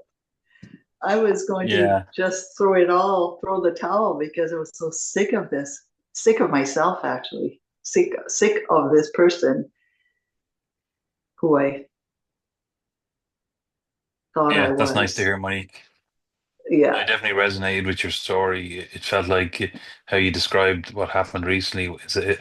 I'm going to call it a practice that I've been trying to do myself, that sitting in the gap feeling. And I had a similar story to what you told about going back to being a very young child when you were two. And I won't go into the details because it doesn't really matter, but I had something like that years ago too, in relation to my parents. And actually, it's going to sound strange, but I went right back into the womb and realized something had not been as I thought it was. And it kind of released a lot of maybe trapped emotions around something that was frozen. So yeah, it was nice listening to your update and yeah, what's going on. But yeah, Vince yeah, is right. Still waiting yeah. on the shift that you can't make happen. No, there's nothing to do. Actually, when I said preverbal, it was also, I went right into the womb from a previous experience. And um, my mother had 8 kids in 10 years. I Whoa. was the third. And my mother is always has the brakes on, you know, she's always in control. My mother was not ready, wanting me to come out. And so I felt that resistance from the beginning. So no, I don't think there's anything to do. Mm. And getting fed But up I with, am getting fed up with myself. well, I that's might good. just be a bit more stubborn. Who knows? Well, you might be. I'm pretty stubborn. I look very, on the outside, I look like I'm going with the flow, man. But no, I'm very quietly stubborn. Yeah. Yeah, but you're just going to reach your point. You're just going to get so sick of yourself. You're going to bang on the wall and you say, I'm done. And you're going to start relaxing. That's the only thing that I really spend a lot of time just remembering to relax. And actually, that's what I did before this happened again, because I was so, you go from this experience to crashing to exhausted to wanting something to happen to it's not working to nothing. Completely offline, nothing. I didn't even come last week because I can't remember what the story was. So I'm just grateful that it happened. Without being kind of a big like. Yeah. Yeah, I did a I forget what it was called, a rebirthing workshop once, probably about 30 years ago now. But I also found myself in the womb feeling like I want to get out, but my mum doesn't want me to get out yet. She took forever. And I think I was, in fact, a fairly laboured birth as well. But yeah. But I've recently, come across this one, and it's really interesting. And that is that the eggs that your mother had that became you eventually, right, were in her from when she was in the womb. Right, or they were starting to develop. When the baby started to develop, the eggs started to develop, if I've got that right. And so Yeah. what we've got is the situation where if mum was stressed out, that's going to change the nature of those eggs. The genetics, epigenetics of those eggs, whatever. And so you can easily see how your conditioning started 2 generations or even further, but at least 2 generations before you turned up. There's not only your mother, but her mother is involved in your conditioning in a really, really obvious way. Yeah. Yeah, I think I think that the pre-birth is a big one. Yeah.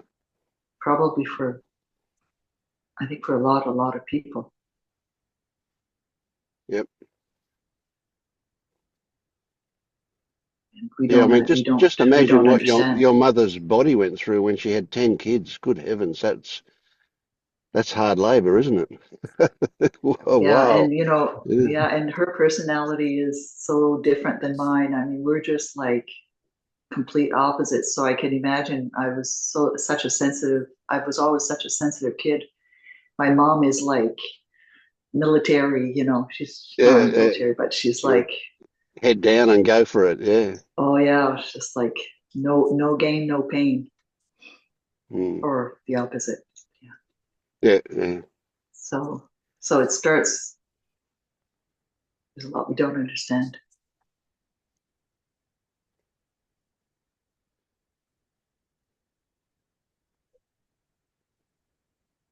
So there's this thing. It just this is a story that turns up here is that with this kind of conversation, we can accept that conditioning that we get that we've had is just absolutely huge. It's such a big, deep thing, right? Once we accept that, then it becomes interesting. How have we been affected by conditioning? What is there? What are our beliefs in life? What are our beliefs about ourselves? So once we've established that it is the result of conditioning, mostly, right? There's also the biology of it, and then there's the in between the biology and the conditioning is the epigenetics of it. What genes get turned on by the stress or the attitude that we've got. So once there's the acceptance that it is conditioning, then it becomes interesting. How has it affected us? In what way? Am I responding to conditioning now? Well, almost always the answer is yes. But that becomes interesting. It's no longer a case of is it me? No, it's the result of conditioning. So there's a link that gets kind of weakened at that point. And then when we see what the actual effect of that particular conditioning was, then we do the final breaking of that link. I think that really helps with seeing that you're not, your thoughts and your conditioning and all of that. I think that really helped me to see that. And actually, just yesterday, so almost a week after this, I really couldn't take more than this when this happened. But I started watching My Toxic Point, the Chameleon, and it is probably the fourth time in 2 years that I read it. But this time, I really saw it. I saw it in the way that I identified. Yeah. From that So toxic point. I'm imagining that you saw it in a descriptive way, not a judgmental way. No, that's right. And that's the other discoveries. I realized that every time I read it before, I couldn't really hear it because it was so embarrassing. There was so much shame that came up.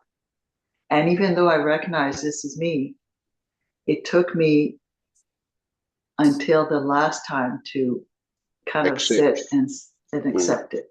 I could begin to accept it. I can't say that I fully accept it. Oh well, that's fine. Yeah. I can't know for sure.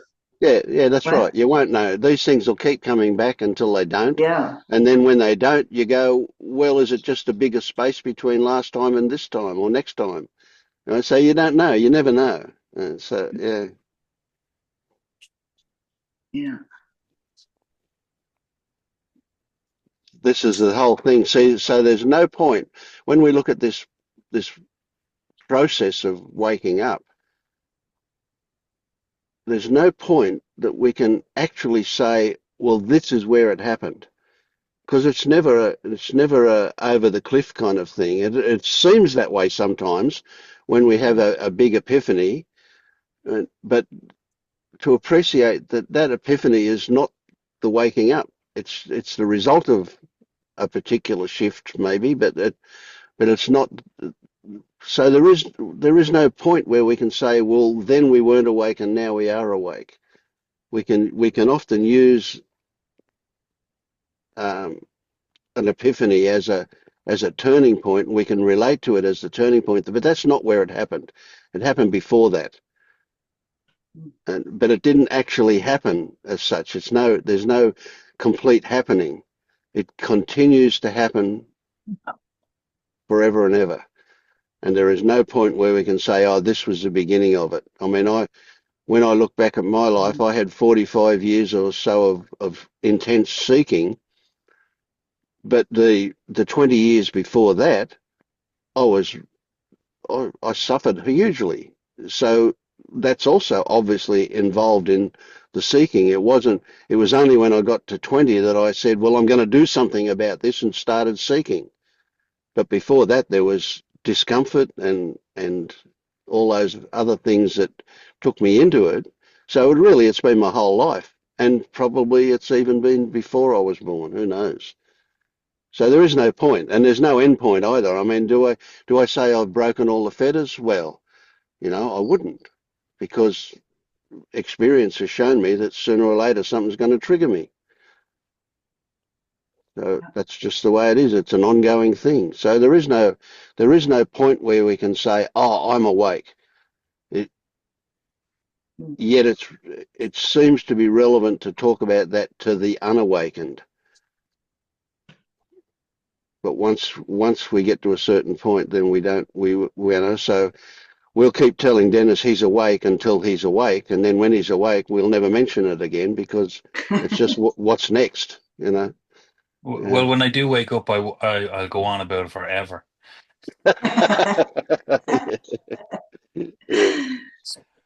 Or you might just say, I've been talking about this for so long, I just don't even want to say a word. What is that? You mentioned it there, Monique, and Vince, you said something about it, and I think I know it's feather two or something. What is the toxic starting point? I actually know nothing about it. Maybe Vince is better, but I can only speak to myself. The fetters have, I think it's fetter two. I actually have it on my phone. Yeah, you might want to look at that. That's interesting stuff. It's fetter two, fifth lesson, the fifth lesson Yeah. with the So awakening curriculum. put it into practical what to do terms for Dennis. What is your understanding of that? It's we all have trauma, and from the trauma we develop a toxic starting point. Okay, And so there's a problem. Okay, as soon as we use a label like okay, that, it's a very catchy label, right? So yeah, that let's put it another way. We all have trauma. Great start. We all have trauma, and we develop a particular way of avoiding it, of diverting from it, right? And protecting that ourselves. and Pernilla has put that into Borrow. Pernilla has put that into kind of three main categories. She talks about personality types as a way of, you might call it that. And so Monica's fallen into the one that she describes as a chameleon. Right? In other words, we'll be whatever the environment says we're going to be. So we'll shape shift in order to fit in with that. Right? And you might say, well, that's because people pleasing is important. That kind of thing there. Then there's also then a passive aggressive way of relating to that, what we've got in. So how do we, again, when we get triggered, how do we respond? And passive aggressive is another toxic starting point that she uses.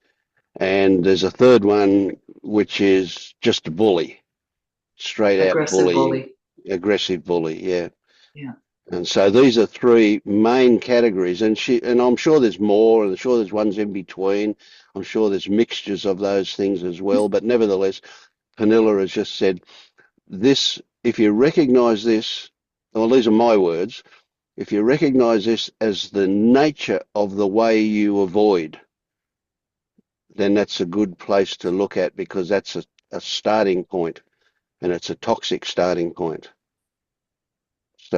So you might say you might spend your whole childhood developing that way of being, but that's a theoretical thing as Yeah. well. So by the No, it time you're 5 or resonates. Yeah. 6, you might well have it established that you're going to do that. Yeah. And it's Coping interesting. People get mechanisms. excited to identify as one of those things. They go, "Oh yeah, I saw myself. I'm a passive aggressive or what." Yeah. Yeah. Yeah, it's just hard to watch it and not judge yourself. It's very hard to do that. And if you do watch it, you should watch all three. It has an impact.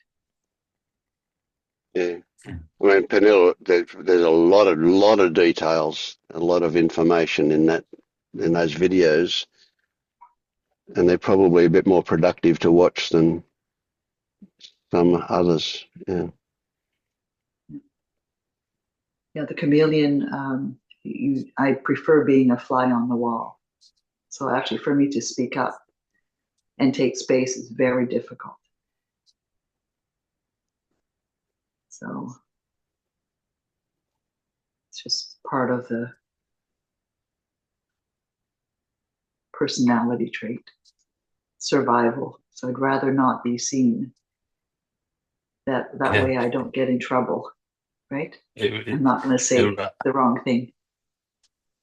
it resonates because certainly the first two, like I can relate to the comedian piece. I can relate to the passive aggressive.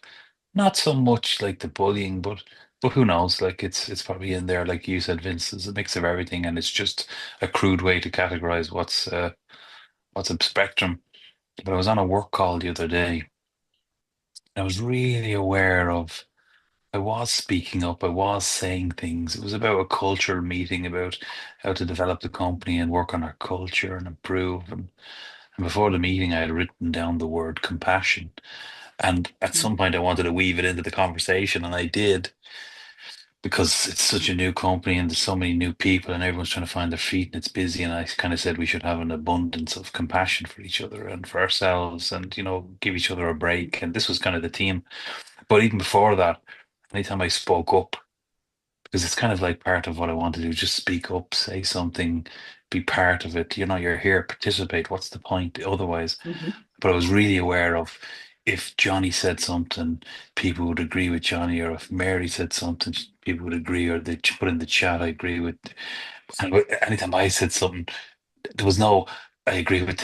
I was very aware of nobody's agreeing with me. Now they're not disagreeing, but I'm not getting the recognition or the acknowledgement that I crave. And it was really obvious, and I was sitting with that going, okay, don't panic. It's all right. You're not getting rewarded. So that was an Mm. interesting one. Yeah. Yeah. I think just seeing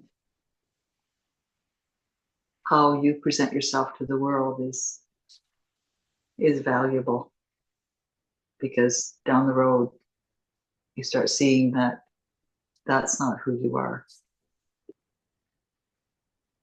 And The missing bit, or the bit that was maybe used to be habitual, which wasn't there this time, or to say by being more aware it wasn't able to happen, was the story coming in, oh, you're stupid, you're an idiot, what'd you say that for? You're no good, da, da, da, da, da," you know. yeah, not enough is mine. Mm. Thinking I'm not enough, and actually the chameleon tends to be altruistic, at least on the outside. And so the chameleon is always considering other people's needs, but the chameleon has absolutely no idea what their needs are. Yes, definitely. That makes sense. Yeah. That's one of the key features of the chameleon that I relate to. It's just a concept, of course, but Yeah, that totally resonates. I'm just thinking of how I behave in work and are they happier? What do they need? What does she need? What do yeah, they need? Keep everyone happy. It's right back from the playbook of being a child in my house dealing with all the shit. Instead of that's having the me. courage to go, like, fuck them, what do I want? They can Yeah, wait. Like that's kind of me being a movie star in my own life me for too. a minute. Yeah, me too. That would be like a star day for me too. Mm, But that's yeah. like I do that in a field where there's no one around. Yeah. So Yeah. yeah, Or if you were leaving the job and you only had a week left and you had your reference. yeah. Of course, I've never done that. Mm. So yeah, it's hard for the chameleon to see themselves because they don't really exist in their mind. Okay, good camouflage. Oh, I'm a super queen of camouflage. Everyone's Yeah, happy around me when I'm a chameleon. that what you just said, they don't really exist in their mind. And what came into my mind straight away was it's like you're a fragment of the bits of other people. Oh wow, You're made up of the fragments and bits of other people. And that's why I always struggle with who am I? What, like, I don't know where am I and who am I? And you hear people go, you have to have a strong sense of self before you can actually awaken from it. Angelo says that all the time. And I'd be like, well, I'm fucked because I'm the bits of how I relate to other people. And I'm using your words now, the chameleon. So how do you wake up when you're fragmented and broken, or you don't even know who you are or where you stand or what you stand for, and like take care of yourself. But then you can really be selfish and greedy, and in some circles in your own way as the passive aggressive because you're like a child wanting what you want and you don't get it and you feel whatever. So you said I am the bits and pieces of other people. And you said it like there was something wrong with it, that you should be something different. Was my interpretation. And yet I'm applauding. I'm here clapping, thinking, great, this is fantastic that you see that what you Okay. think you are is what you actually are, which is bits and pieces from other people. Yeah, because all of that stuff has been put into you from other people over your lifetime. Right? They've offered you words and you've accepted the meaning of the words and you've owned it. And so you are in fact bits and pieces of other people. But I see It's that more. as It's more. go on. I I know how you see it, and I was more thinking of it as I'm living off the scraps other people give me or something. I know how you're thinking about it, that the sense of the false self is made up by the interaction with others as a sort of, well, I'm the the person that interacts. But I don't think I meant it that way. And Monique said it first. I just kind of twisted it a little bit. Yeah, no, I know what you're saying because I have the same thought pattern. And in my imagination, I think there's a very, very fine line between what we're talking about. So this is the problem with words. So we're saying all these things that would, and my mind goes to, well, that's me thinking I'm not enough. It's not me being awakened, but to be awakened and to be the scraps, knowing that you're just the scraps, is probably very similar. It's just one is invested in that personality and believing that that's less. That's not enough. That's not valuable. Yeah, like a holding on to something that's crumbling. Yeah.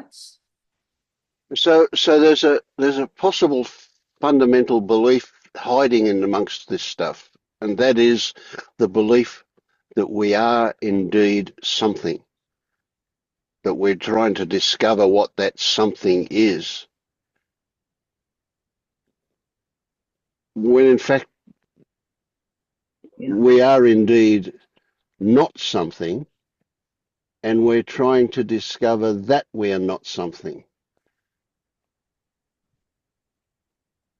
which is a different, 180 degrees from that other Yeah. possible hidden belief that we are something that we have to discover, and that something is going to be good.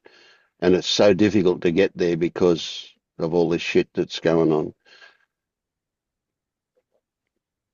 Yeah. I discovered something of myself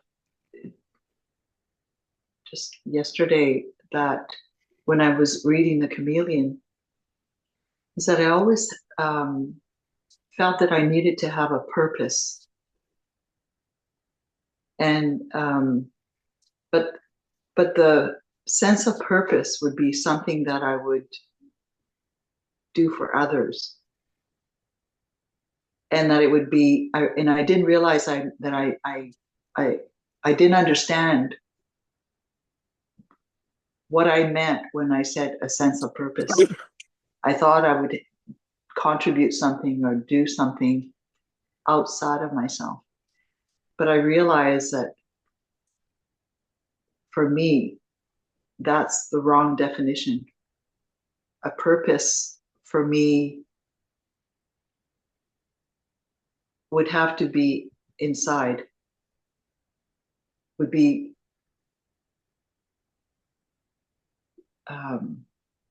not outward, from where I'm coming from. And again, it's so difficult to explain that. It's just, again, it's like in the retirement thinking I should have a purpose. I should do something that has value. That's false. Mm. I think I realize I don't understand it. I just know I misunderstood it. And I have had this sense of I have to have a purpose for as long as I remember. But what it was is I needed to have value. I thought I needed to have value or to contribute or do something to have purpose, and that then I would exist. Then I would be someone. Yep, yep. And of course, hidden in purpose is things like worth. We have to have Worth. it has to be worth something to have a purpose. You know, we can't be aimless. We have to have a direction. These are all stories that we've come to believe as well. But what does worth? Because I know what worth from others is, to get your sense of self-worth from others, from praise, from acknowledgement, from success. But self-worth, because when you were speaking there, Monica, I thought what I see that as is, and it's reminded me when I was younger, it's more an inner energy or an aliveness that then works through you in every scenario. So whether you're productive or whatever you're doing, that light or energy is alive in you, and that's feels like that's what I'm seeking again, which kind of feels like it's been dulled down with beliefs, thoughts, traumas, whatever. But when you were younger, there was an aliveness working through you more clearly that gave you an inner sense of, like, instead of saying worth, I'll say aliveness. Yeah. So here's the thing that you're when whatever you're consumed by a feeling of worthlessness, just use that word, we come to believe that in order to combat that, we have to develop a sense of worth. And that's wrong, because a sense of worth is another fantasy. It's another construct. Fixing a, a low self-esteem is getting to a point where it's a non-issue. Fixing it doesn't mean having a strong self-esteem or a big self-esteem. Fixing it means it's no longer an issue and he's gone. Yeah. So it is the case that we often get the idea that we've got to fix something by producing the opposite of what it is that we feel exists, when in fact it's not the case, because producing the opposite has just the same problems as where we started. What we've got to do is make it obsolete. The whole idea of it is it's a non-issue is the thing. Fixing low self-esteem means self-esteem is no longer an issue at all. Not having a good, strong self-esteem. When you say that, I can feel the energy of it, and it just makes me want to grow more personality aspects, to make it right. But it's trying to fix, your sense of self-worth has the complete opposite effect. Mm. It makes you fixated on it and looking for something to fix, assuming something's wrong. Mm. And I just want to add, now that you're back, Dennis, that it's easy to get a bit lost in and put too much emphasis on the wrong thing with that idea of got to have a strong sense of self before we can do something about it. That's not that is, believe me, that is not an issue for you, regardless of what you think I don't know about you, what's inside you, kind of thing, your attitude. No. So a strong sense of self, and that's kind of not the right way to put it anyway. And a strong ego is another way that it's been put. These things, we're talking about really extreme situations. when we say that. If somebody was in the midst of a breakdown, so to speak, and that they burst into tears at every with everything that's said, then okay, then that might become that situation you're talking about. But otherwise, it's not an issue as such. But I do recognise that sometimes when we're working with people, that we go through that it happens, not by design, but it just happens that there is both things happening at the same time. There is a uh, there we go from a non-belief in ourselves to a belief in ourselves, and then we drop it, or they both happen at the same time. So it's that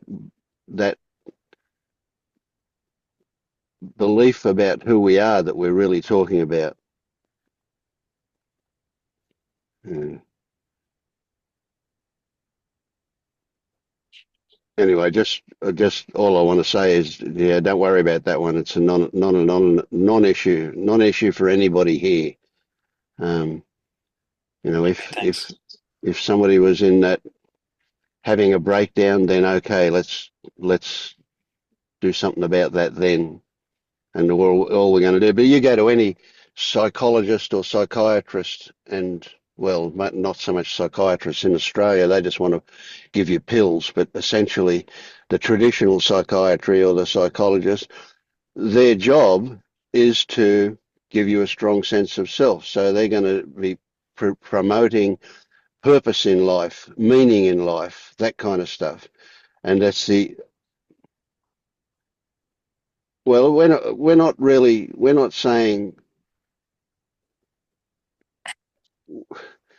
saying that the opposite of that is where we want to get to, but we want to recognize that purpose is something that's made up, meaning is made up and applied over the top of things. And even when we wake up, we're still going to do that, you know, but we recognize it for what it is. Whereas before we wake up, we take it to be something more substantial than what it actually is. Yeah. So, you know, Alan Watts had it perfectly, right? The meaning of life is to be alive, full stop. Don't need to go any further than that.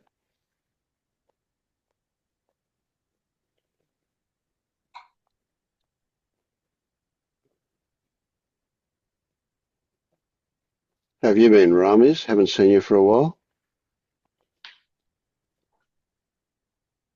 I miss being here. I've been busy. I suddenly made a decision to move out.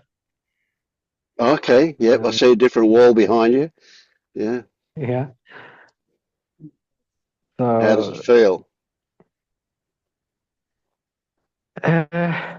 feels good and weird at the same time. Discoveries? It's exciting. Uh,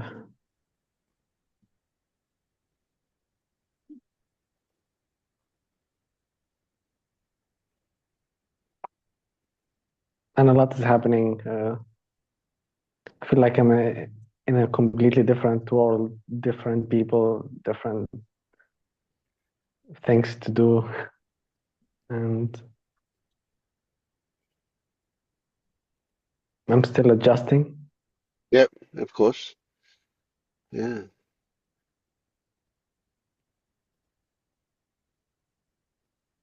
So does that different world, I mean, I imagine that different world means that you've got that there's a, how can I put it? The atmosphere around you has a different flavor. So your response Yeah, to it, yeah. even like the white noise of the place, the sound of the wind, the traffic, it's different. It feels more quiet. And can I say, my first impression of you today is a different demure. I don't know how to put it. A different. You look different. Your face is more open. You're talking differently. So whether that could be all my imagination, but it seems to me that you are different. Yeah. Your face definitely looks to me a lot more relaxed and open than it was. And you've put on a bit of weight too, have you? I don't know. I don't know. I haven't checked. I don't know. But Yeah. yeah, I feel recently my appetite is increased. I don't know why. I'm eating more than I would before. And it, I feel like I'm not hesitant as before in doing stuff, but I'm still facing like making decisions, and I'm still feeling like I don't want to make decisions. I just want to do stuff.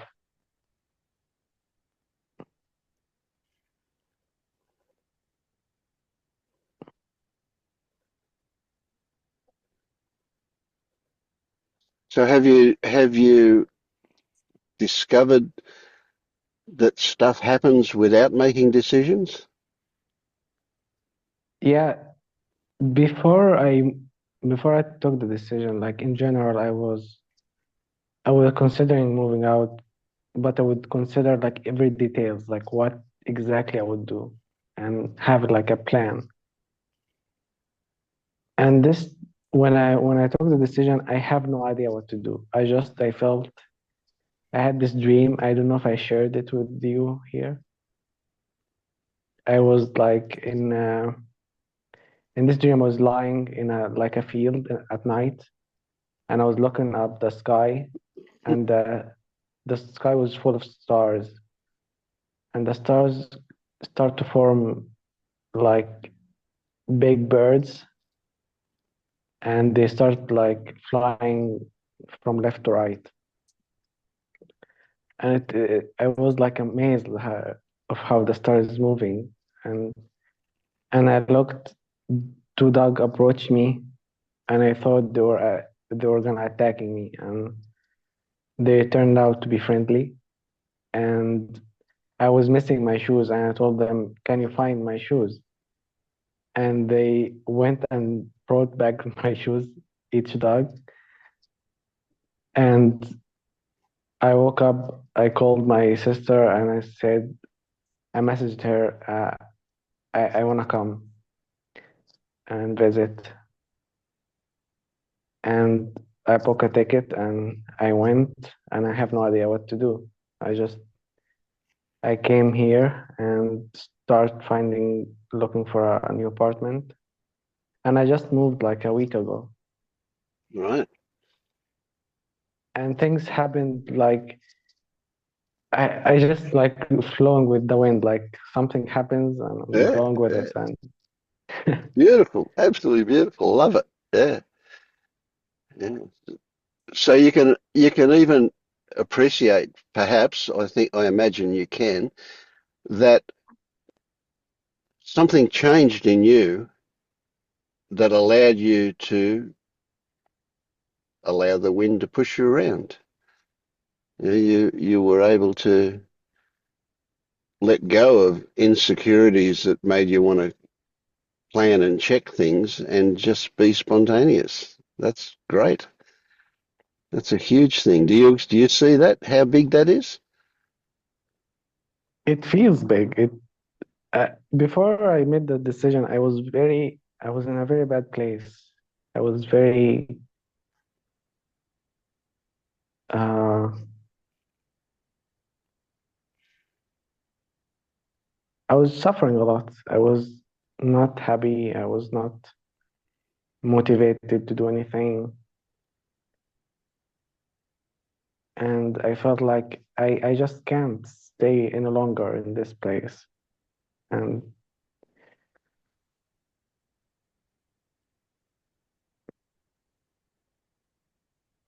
Mm. So what I don't changed? know how. I have no idea. It just something snapped and Yeah, perfect.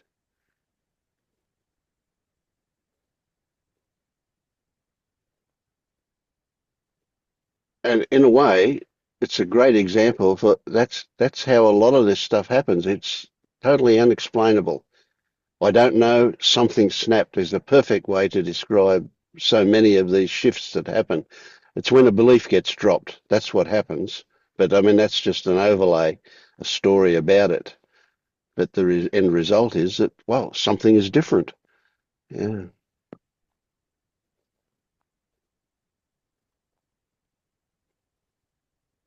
Mm. currently I'm having an issue with um, having internet in my place and finding work.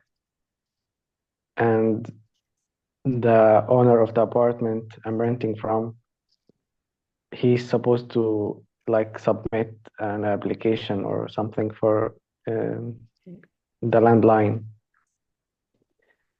and he's not responding to my calls. He's not really, he's very busy in his work, and I'm getting triggered like uh, what I'm supposed to do or what to say. Uh, but I don't feel the urge to do anything. Mm. Mm. Well, that would seem to me to be a perfect situation for you. So what you've got is a fairly low level, but nevertheless an active uh,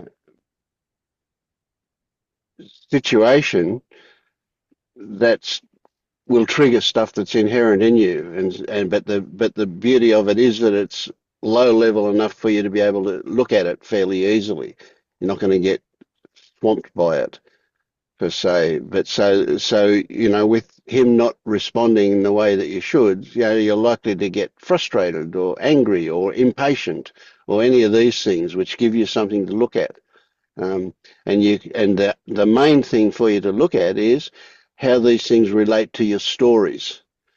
And so when you develop these stories, if he doesn't do it, things are going to be really bad. Well, then you look at what's really bad. It means that I won't have any internet. Oh, well, what am I doing now? I'm using my phone instead of the landline, et cetera, et cetera. So it's not really, really bad like the first impulse says it's going to be. It's just a bit annoying, or it just could be better, but they're just stories again.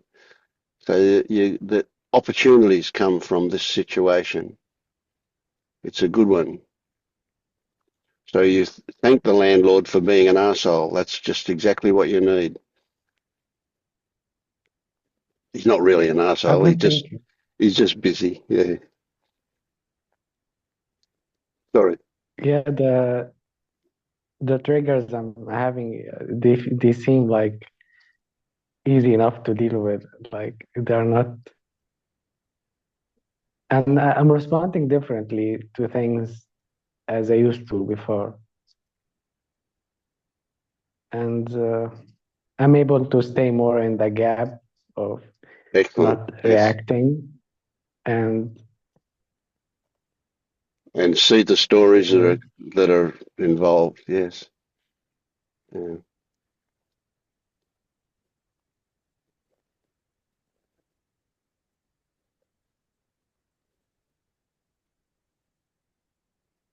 Well,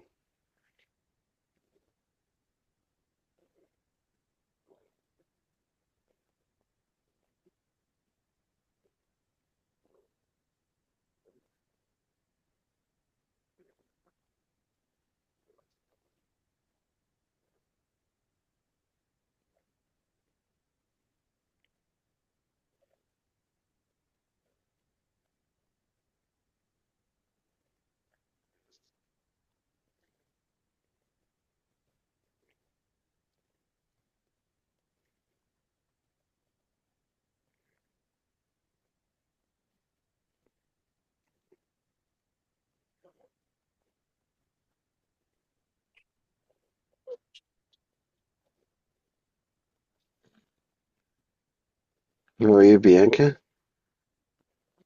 What do you think about the new rummers? Happy to see it.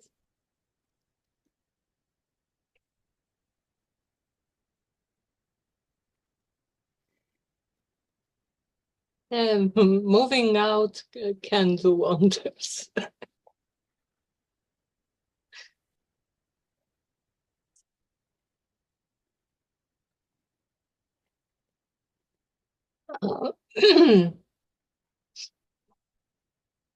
Well, the subject today was toxic point, and right now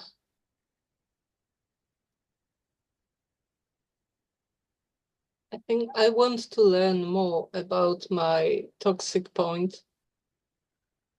Is what I have discovered, but wanting not non-existence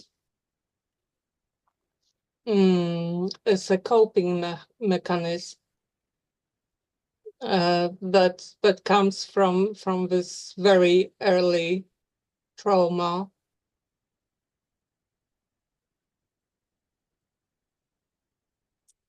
And I at this point I don't want to fix it. I'm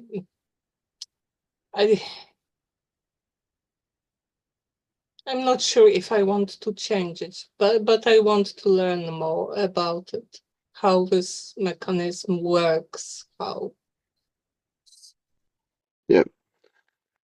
Well, it's really good that you don't want to fix it in that sense because you can't anyway. So it's really good that you don't have the desire to take you down that road. Learning more about it may well change it, but presumably in a better way. Oh, interesting. I just had a thing pop up on my screen that said, confirm your speaking language. It sounds like you might have switched to a different language. Please update it so we can provide better quality transcription. And it's suggesting that I've been talking Polish. Wow, that's a blowout. That is. Is it pick up on an accent or something? I don't know. That's really weird. Yeah, Maybe. yeah. It knows you. Yeah. Yeah, so It's a scary thing how much computers know about. it can be, yeah, yeah. Well, unexplainable, only scary if we put meaning to it. But yeah, yeah. So whether you've come at it for the right reason or not, I think you're at a really good place in that you're just interested. You're just curious about this toxic starting point. Um, And I would suggest that probably the best way to go into it more is to go look at Panilla's videos on that, which is Feta 2 stuff. I think somebody said No. lesson 5, yeah. But anyway, because a lot of lesson 5, yeah. There's a lot of information there, though. You can get overwhelmed with that one. But I mean, I reduce it to almost a simplistic level and just say it's the nature of the way that you avoid. Is really what it's about. Yeah. Yes, and I don't think Pernil covers this specific coping mechanism. Mm. But I will talk with my therapist and. Sure. Yeah. Yeah. And feel free to invent a totally new one as well. So you may not be the chameleon, you may not be passive aggressive or certainly aggressive bully. You know, maybe something else altogether, which is who knows. You know. Yeah. What we're simply doing is looking at the nature of what of what developed as a coping mechanism. So it's the nature. I put a lot of emphasis on the nature of what you developed. Yeah. And it still feels sad. I mean, now it's like heaviness in my chest. And what comes to my mind is that I'm mourning my soul that I've never had. Yes. Yeah. Well, see, it's interesting. This is a bit of a diversion, but interesting one. When you said it still feels sad, and I'm thinking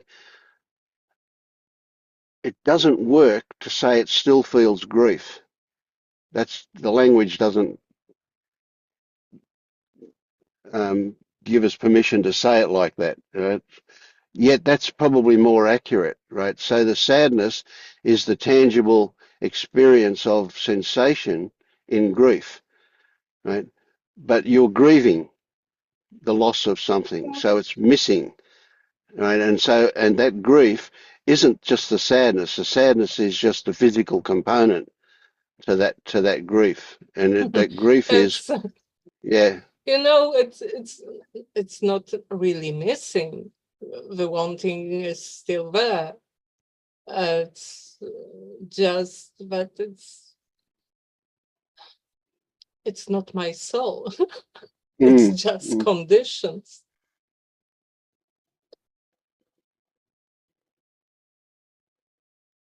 So what if you explore this stuff and you arrive at a conclusion that there is no soul? That's the conclusion that I have arrived to. Because there Or is nothing, absolutely nothing beneath this.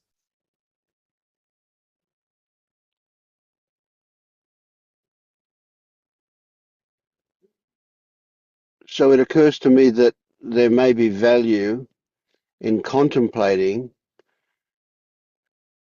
from a variety of perspectives what we consider to be soul.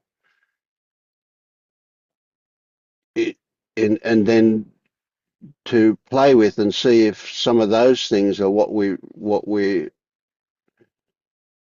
never Well, I had. guess it is something like Monique said, something that I want, but it doesn't come from the outward, it comes from the inward.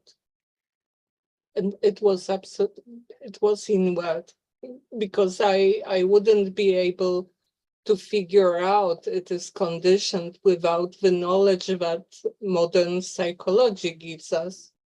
Mm. Pernille doesn't cover that.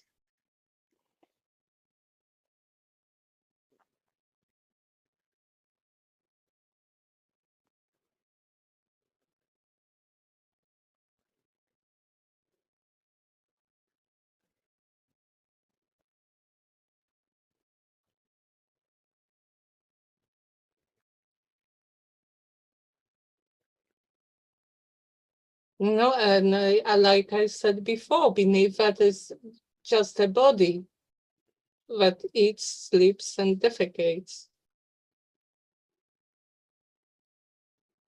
It's sad. Mm. It's sometimes it's also terrifying. Sure. Yeah. If you were in a hospital bed in a coma, for example, and you were fed by a tube and defecating happened automatically and whatever, you kind of get the idea that you could be a bit closer to being just a body. But your I don't know how to put it, the energy in you that motivates you to stand and walk and do things is more than just the body, isn't it? There is It's a something else. function. It is a function of a body. Oh. The mechanism to keep the body alive. Sure, sure. But it involves non-physical things. It Yeah. involves the way you see the world. It involves what you think about and so on. It involves feelings that aren't just purely physical. No, no, I haven't said that. Mm.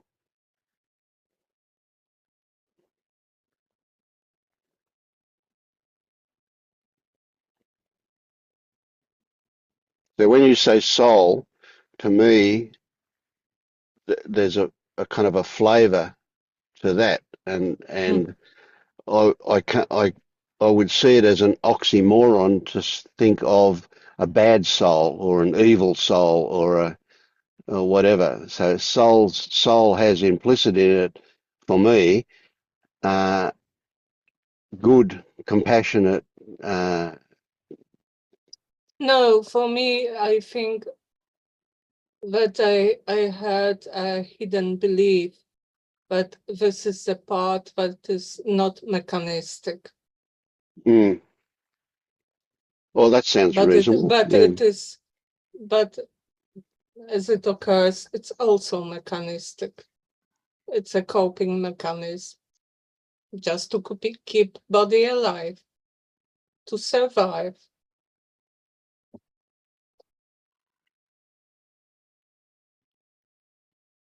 There is no escape from the survival instinct. Mm. But That is then there's barely alive and just surviving, and then there's enthusiastic, joyful surviving, and they're a fair way apart, aren't they?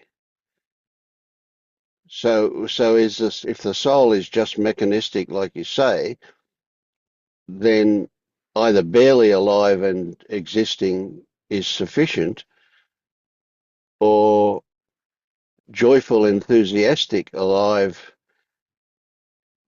is also a survival thing. Could be, yeah. yes.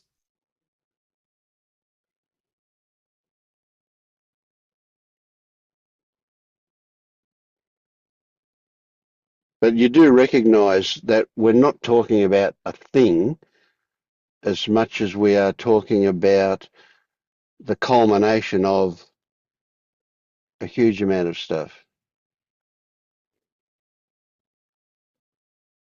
Yes, this is mechanism, but Yeah, yeah, but much more detailed. it's Yeah. everywhere. Mm.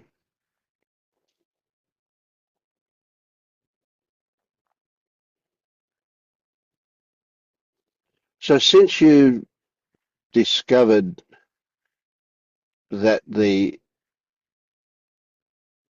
desire or or well, whatever we call it, it doesn't. That's not important. But let's say the desire for non-existence. Since you've discovered that that is a coping mechanism, have things changed for you?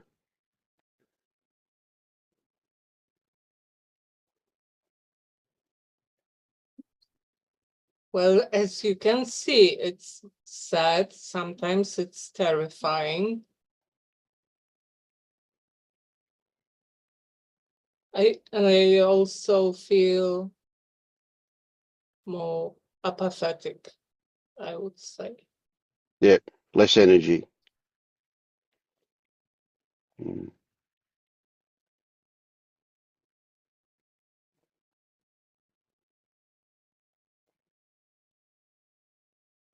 But before I saw you mention that in a fairly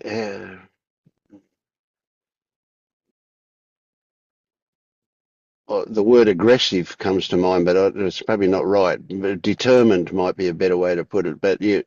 When you talked about wanting non-existence, you had a kind of a determined, almost aggressive attitude behind it.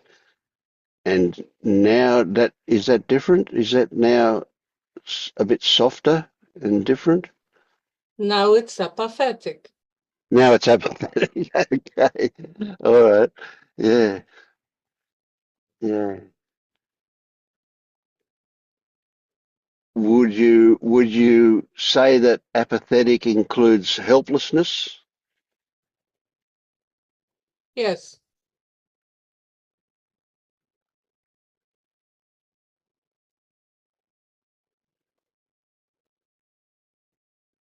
As I said, there is no escape. Mm. Which could sound like a bad thing, but my initial reaction to that is great. That's really good that there's no escape from that. That means that we'll see it for what it is because we can't avoid it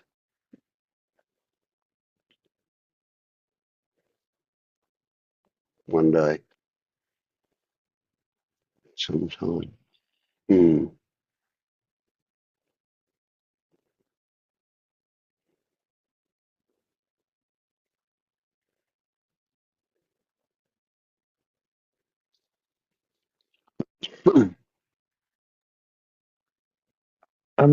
I have questions like, oh, not no escape from what exactly?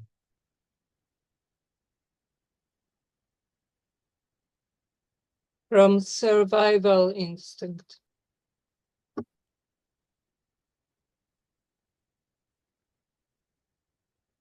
So are you in survival all the time? Everyone is. I'm not sure about that. Is it possible that you forget about surviving for a moment?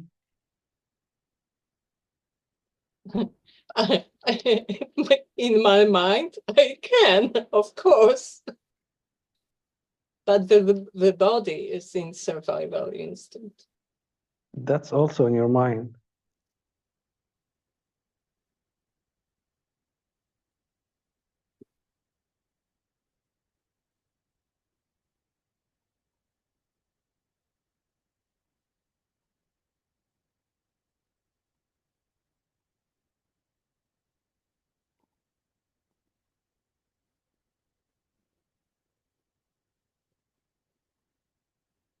Yes, anything I say, anything I think is in my mind.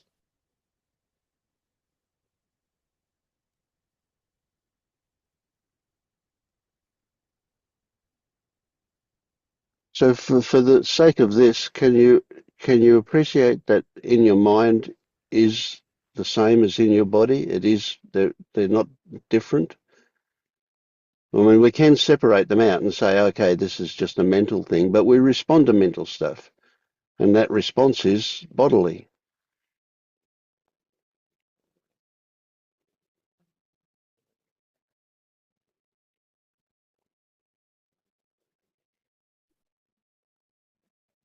Mm.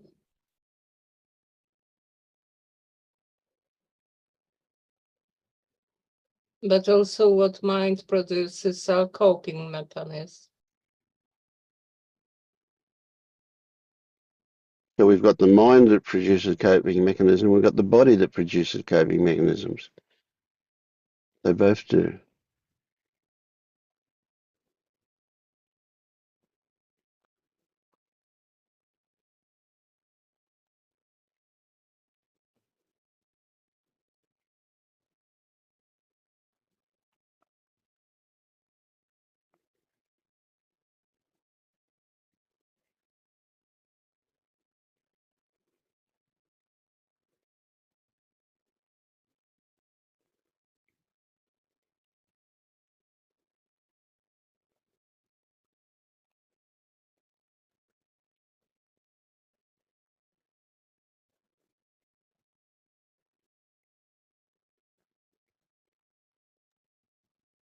Is the apathy also a coping mechanism?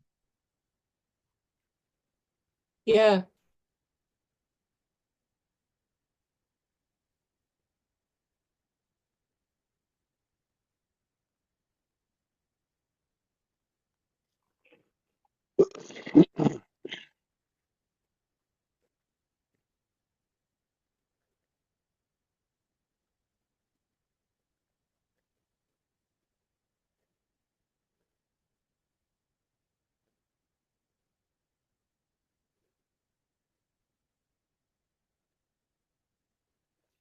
So is anything, can you think of one thing that is not a coping mechanism?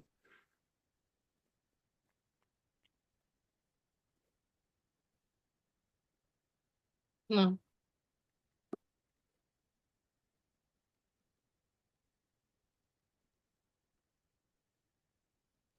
So even after we wake up, we've still got coping mechanisms happening. They just don't have the same negative side effects as the old ones used to have. But everything Like, is, maybe they are just seen as bad. Like my soul that was so it was so coming from the inward.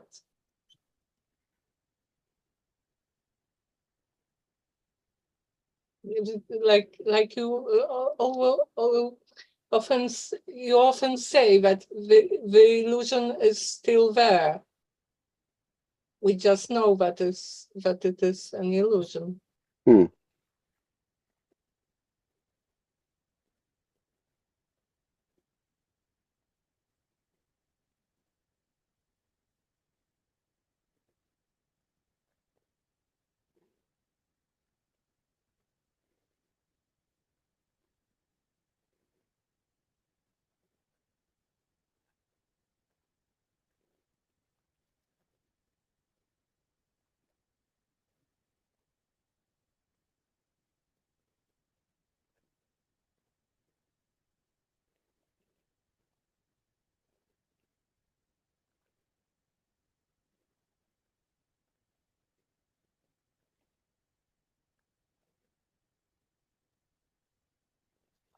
Yeah. So there's nothing to fix. Things will change or not. Yeah.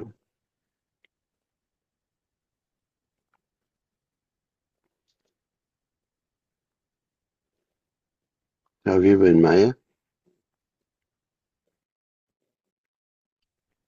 Fine, thanks. I'm just falling asleep. It's late here. I missed that last bit. What did you say? It's late here. It's late. Yeah. Yeah. Yeah. Mhm. I just wanted to say I'm so irritated and nervous, and I don't know. It's something that I will have to sit with.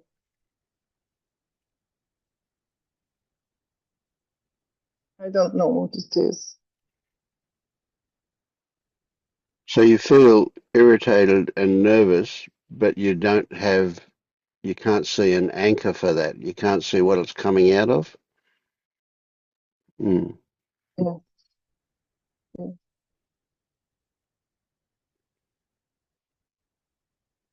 This is great. This is really good stuff. Mm.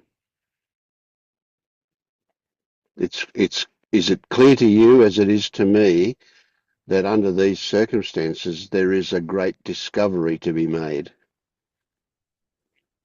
I hope so. I can always see like a whirlwind of everything in there.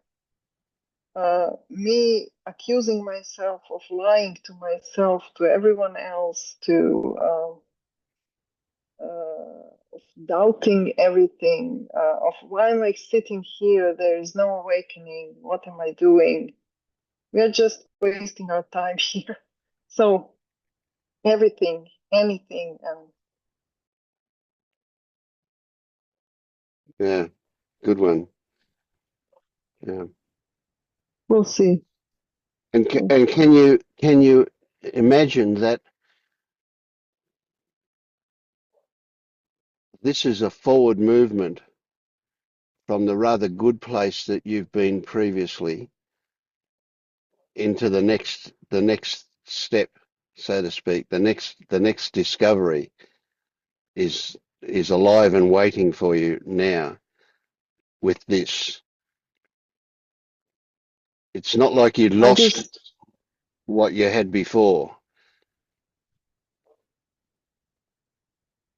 it is a change. It is a change. I was so euphoric for weeks, and now, Yep. Yeah. So what I want to emphasize is that you haven't lost anything. You haven't gone backwards. That what that euphoria has done is set you up for this next discovery, and here it is in the act of happening. So the natural tendency is always going to be to say, well, I want it to be different. I want it to change. I don't want to feel this, what I'm feeling now. I want to feel like I did before. Right? That's a natural thing, and that's fine. You just go with that and say, okay, I recognize that that's my desire, but what am I feeling right now? And get into that feeling. What is the details of this sensation? Where is it? What does it sit like? Whatever. And just watch the stories. Don't engage with them as such, but watch them. They'll show themselves when you don't go chasing them. If you go chasing them, they want to hide. Yeah.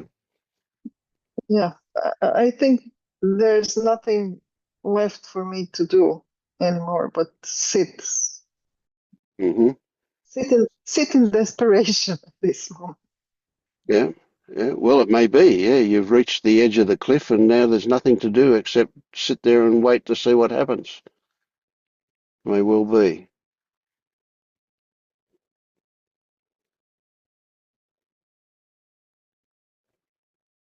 Mm. All right. Good stuff. Okay. So I'm going to wind up now. My wife is telling me I've got to go and do something. So that's life. All right. We'll pursue this further as we always do. Yeah, but it's great. I love it. I love it. What an adventure. Thank you. See you later. Thank you.